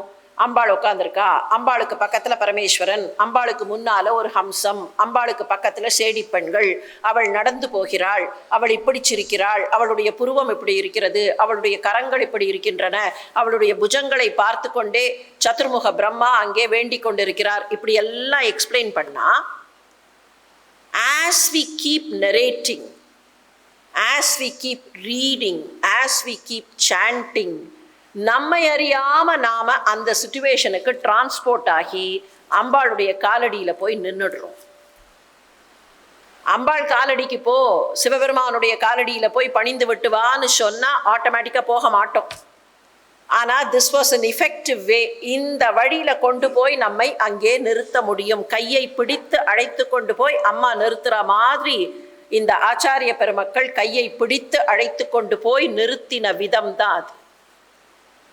அதனால தான் ஆதிசங்கரும் அப்படி பாடினார். ஆதிசங்கரர் பாடின அந்த ஸ்லோகங்களுக்கெல்லாம் ரொம்ப டீட்டெயில்டாக விளக்கங்களை பெரியவாளும் கொடுத்தார். பெரியோர்களே, ரொம்ப அற்புதமான ஒரு ஸ்லோகம் ஆதிசங்கரருடைய ஸ்லோகம். அதை மாத்திரம் பார்க்கலாம். அதுக்கு மகாஸ்வாமி கொடுத்த பேர் வேற, ஆதிசங்கரர் கொடுத்த பேர் வேற, மகாஸ்வாமி அதை செல்லமாக கூப்பிடுற பேர் வேற. அந்த ஸ்லோகத்திற்கு ஷட்பதி ஸ்தோத்திரம்னு பேர். ஷட்பதி ஸ்தோத்திரம். மகாஸ்வாமி அதுக்கு கொடுத்த பெயர் என்ன தெரியுமா? வண்டு ஸ்தோத்திரம். ஷட்பதின்னு சொன்னால் வண்டுன்னு அர்த்தம். சமஸ்கிருதமாக இருந்தாலும் சரி, தமிழாக இருந்தாலும் சரி, அருகாலி அப்படின்னு சொன்னால் வண்டுன்னு அர்த்தம். ஷட் சரணம் அல்லது ஷட்பதம் அப்படின்னு சொன்னால் வண்டுன்னு அர்த்தம். 6 கால்கள் இருப்பதனால அந்த பூச்சிக்கு அருகாலின்னு பேர். ஷட்பதி ஸ்தோத்திரம்னு பாடினார் ஆதிசங்கரர். அது என்ன மாதிரி மீட்டரில் இருக்கும், என்ன சந்தஸில் இருக்கும் அப்படின்னெல்லாம் பெரியவா ரொம்ப டீட்டெயில்டாக அதை டிஸ்கஸ் பண்ணுவார். அது அந்த ஆர்யா ஸ்டைலில் இருக்கும். ஆர்யாங்கிறது அந்த பத்தியத்தில் ஒரு விதம். ஆர்யா சதகம்னு இருக்கே மூக்க பஞ்சசதியில், அதே மாதிரி அந்த ஆர்யா மீட்டரில் இருக்கும். அந்த ஆர்யா மீட்டரில் இருக்குது அப்படிங்கிறதெல்லாம் பற்றி டீட்டெயில்டாக டிஸ்கஸ் பண்ணிவிட்டு அந்த ஸ்தோத்திரத்திற்கு சில விளக்கங்களை தருவார். அந்த ஸ்தோத்திரத்தில் இருக்கிற விஷயம் இதுதான். முதல் ஸ்லோகம், ஷட்பதி ஸ்தோத்திரத்தில் முதல் ஸ்லோகம், நிறைய ஸ்லோகங்கள் இருக்குது. அதில் முதல் ஸ்லோகத்தில் இருக்கிற 2 வரி முதல்ல எடுத்துப்போம். அவிநயம் அபநய விஷ்ணு தமய மனக சமய விஷ்ய மிருகத் திருஷ்ணாம். இவ்வளவுதான்.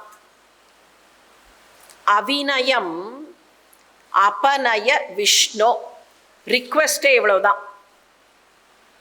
அவிநயம் அபநய விஷ்ணுவே, நீ என்ன பண்ண வேண்டும் தெரியுமா? அவிநயம் அபநய. வினயம்னா நமக்கு தெரியும், பணிவுன்னு அர்த்தம். அவிநயம் அப்படின்னு சொன்னால் பணிவு இன்மை, அகங்காரம். நீ என்ன பண்ணணும் தெரியுமா விஷ்ணுவே? என்கிட்ட இருக்க பாரு பணிவின்மை, அந்த பணிவின்மையை என்கிட்டேருந்து எடுத்துடணும். அபநயம்னா எடுக்கிறது, உபநயம்னா பக்கத்தில் கொண்டு போய் சேர்க்கறது, அபநயம்னா எடுக்கிறது. விஷ்ணுவே அந்த பணிவின்மையை என்கிட்டேந்து எடுத்துடு. அப்படி எடுத்துட்டு எனக்கு என்ன தர வேண்டும் தெரியுமா? 2 விஷயங்களை தர வேண்டும். சமம் தமம், இந்த 2 விஷயங்களை தர வேண்டும். தமம்னு ஒன்று இருக்குது, சமம்னு ஒன்று இருக்குது. என்ன வித்தியாசம்னு கேட்கலாம். பெரியவர்கள் சாதாரணமாக சொல்லும்போது சமதமாதி அப்படிம்பார்கள். சமமும் தமமும் சேர்த்து. தமய மனக சமய விஷய மிருகத்ருஷ்ணாம். என்னுடைய மனசை தமனப்படுத்து, என்னுடைய விஷயங்கள், என்னுடைய இந்திரியங்கள் இருக்கே அந்த இந்திரியங்களை சமனப்படுத்து. இந்திரியங்களை சமனப்படுத்து, இந்த பொறி புலன்களை சமனப்படுத்து, என்னுடைய மனசை தமனப்படுத்து. இதுல எதுக்கு முதல்ல மனசை சொல்றார், அதுக்கப்புறமா இந்திரியங்களை சொல்றார். இப்ப நம்ம ஒரு ஈக்குவேஷன் போட்டோம்னா கண்ணு சரியானதை பார்க்கணும், அப்பத்தான் மனசு சரியாகும் அப்படின்னு சொல்லுவோம். ஆனா இங்க ஆதிசங்கரர் என்ன பண்றாருன்னா, மனசை முதல்ல கண்ட்ரோல் பண்ணு, அப்பத்தான் கண்ணு சரியாகும். தமய மனக சமய விஷய அப்படின்னார். இந்த மனசு கண்ட்ரோல் ஆகலைன்னா கண்ணோ காதோ கண்ட்ரோல் ஆகாது. இதை கண்ட்ரோல் பண்ணிட்டு அப்புறம் அதுக்கு வரலாம்னு சொன்னா கண்ட்ரோல் ஆகாது. ஒரு சின்ன எக்ஸாம்பிள் எங்க தெரியுமா? அவ்வை பாட்டின்னு ஒருத்தர் இருந்தா. அவ ஆத்திசூடின்னு ஒன்று பாடினான். எடுத்த எடுப்பில் அந்த ஆத்திசூடியில் ஒரு விஷயம் சொன்னான். அறம் செய்ய விரும்பு.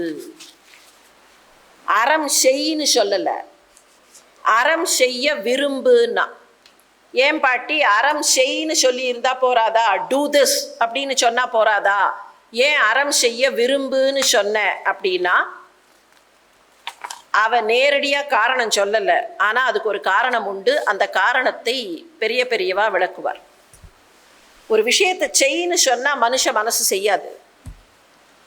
இந்த இடத்துல உட்காராத, ஏன் உக்காந்தா என்னாகும்? இதை பண்ணாத, ஏன் பண்ணா என்னாகும்? நீ சொன்னா நான் கேட்கணுமா?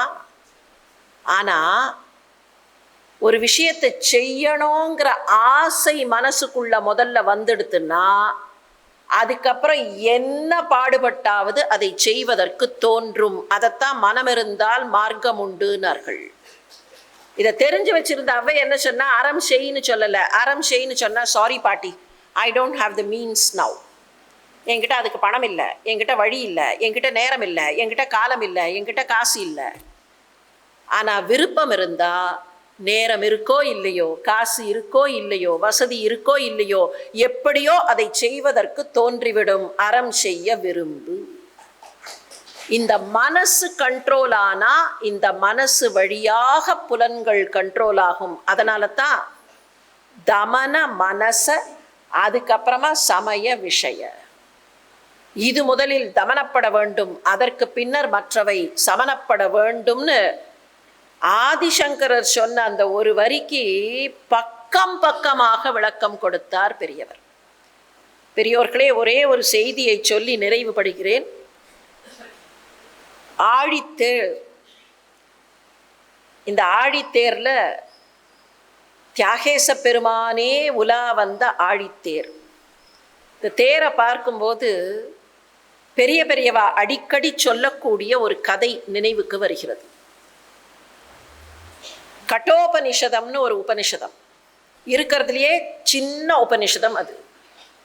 அந்த கட்டோபனிஷதத்துல ஒரு சின்ன பையன், அந்த சின்ன பையன் யமதர்மனை சந்திக்கிற மாதிரி ஒரு காட்சி வரும். யமதர்மன் கிட்ட அவன் ஒரு கேள்வி கேட்பான், வாழ்க்கைக்கு அப்புறம் என்ன அப்படிம்பா. யமதர்மன் வாழ்க்கைக்கு அப்புறம் என்னன்னு பதில் சொல்லாம ஒரு பதில் சொல்லுவான். அந்த பதில் இந்த தேரை பார்க்கும் போது நினைவுக்கு வருகிறது. நச்சிகேதஸ்னு பேர் அந்த பையனுக்கு. யமன் சொல்லுவான், நச்சிகேதா, மரணத்துக்கு அப்புறம் என்னங்கிறதெல்லாம் இப்ப கவலைப்படாத. வாழ்க்கைங்கிறது ஒரு தேர், மனித வாழ்க்கை என்பது ஒரு தேர். இந்த தேரை இழுப்பதற்கு குதிரைகள் தேவை. உன்னுடைய இந்திரியங்கள் இருக்கின்றனவே, அவைதாம் அந்த குதிரைகள். இந்த குதிரைகள் தேரை இழுக்க வேண்டும்னு சொன்னா குதிரைகளை தேரோடு கட்ட வேண்டும், சேர்க்க வேண்டும். அந்த கயிறு தான் உன்னுடைய மனம். நச்சிகேதா, தேர் இருந்து, குதிரைகள் இருந்து, கயிறுகள் இருந்தால் மாத்திரம் தேர் சரியான பாதையில் போய்விடும் என்று நினைக்காதே. தேர் இருக்கிறது, குதிரைகள் இருக்கின்றன, கயிறுகள் இருக்கின்றன. ஆனால் தேர் சரியான பாதையில் போய்விடும் என்று நினைக்காதே. அந்த தேரை செலுத்துவதற்கு ஒரு தேரோட்டி தேவை நச்சிகேதா. அந்த தேரோட்டி உன்னுடைய புத்தியாக இருக்க வேண்டும். இந்த தேரை பார்க்கும்போது நம்முடைய வாழ்க்கை தேர்களை எல்லாம் ஓட்டுவதற்கு நம்முடைய புத்தி மாத்திரம் தேரோட்டியாக இருந்தால் பிரயோஜனமில்லை. அப்படியானால் அந்த புத்தி என்ன ஆக வேண்டும்னு கேட்கலாம். நம்முடைய புத்திக்குள், நம்முடைய சித்தத்திற்குள், நம்முடைய சிந்தனைகளுக்குள், நம்முடைய எண்ணங்களுக்குள் இந்த மகான்களை எல்லாம் கொண்டு வந்து தேரோட்டிகளாக அமரச் செய்வோம் என்றால் நம்முடைய வாழ்க்கை தேர் சுகமான பாதையில் செல்லும். எப்போ வருவாரோ என்று ஒரு கேள்வியை ஒவ்வொரு ஆண்டும் கேட்கிறோம். அந்த கேள்விக்கு உண்மையான விடை என்ன தெரியுமா? அவர்களெல்லாம் எப்போ வருவாரோ என்பதல்ல அந்த கேள்வி. பெரிய பெரியவா எப்போ வருவாரோ, ஜேகே எப்போ வருவாரோ, ஓஷோ எப்போ வருவாரோ, மாணிக்க வாசகர் எப்போ வருவாரோ, பாம்பன் சுவாமிகள் எப்போ வருவாரோ இல்லை. அவர்களெல்லாம் பாதை போட்டுவிட்டு அங்கே காத்திருக்கிறார்கள். இவர்களெல்லாம் எப்போ வருவாரோ அந்த பாதையில் என்று அவர்கள் காத்து கொண்டிருக்கிறார்கள். அந்த பாதையில் போவதற்கு வசதியாக தேரும் இருக்கிறது. அவர்கள் காட்டிய பாதையில் நாமெல்லாம் பயணிப்போம் என்பதை நினைவுபடுத்தி அற்புதமான ஆழித்தேர் வாய்ப்பை கொடுத்த அத்தனை நல்ல உள்ளங்களுக்கும், குறிப்பாக திரு கிருஷ்ணன்ஜி அவர்களுக்கும் என்னுடைய நெஞ்சார்ந்த நன்றியை உரித்தாக்கி விடைபெறுகிறேன். வணக்கம்.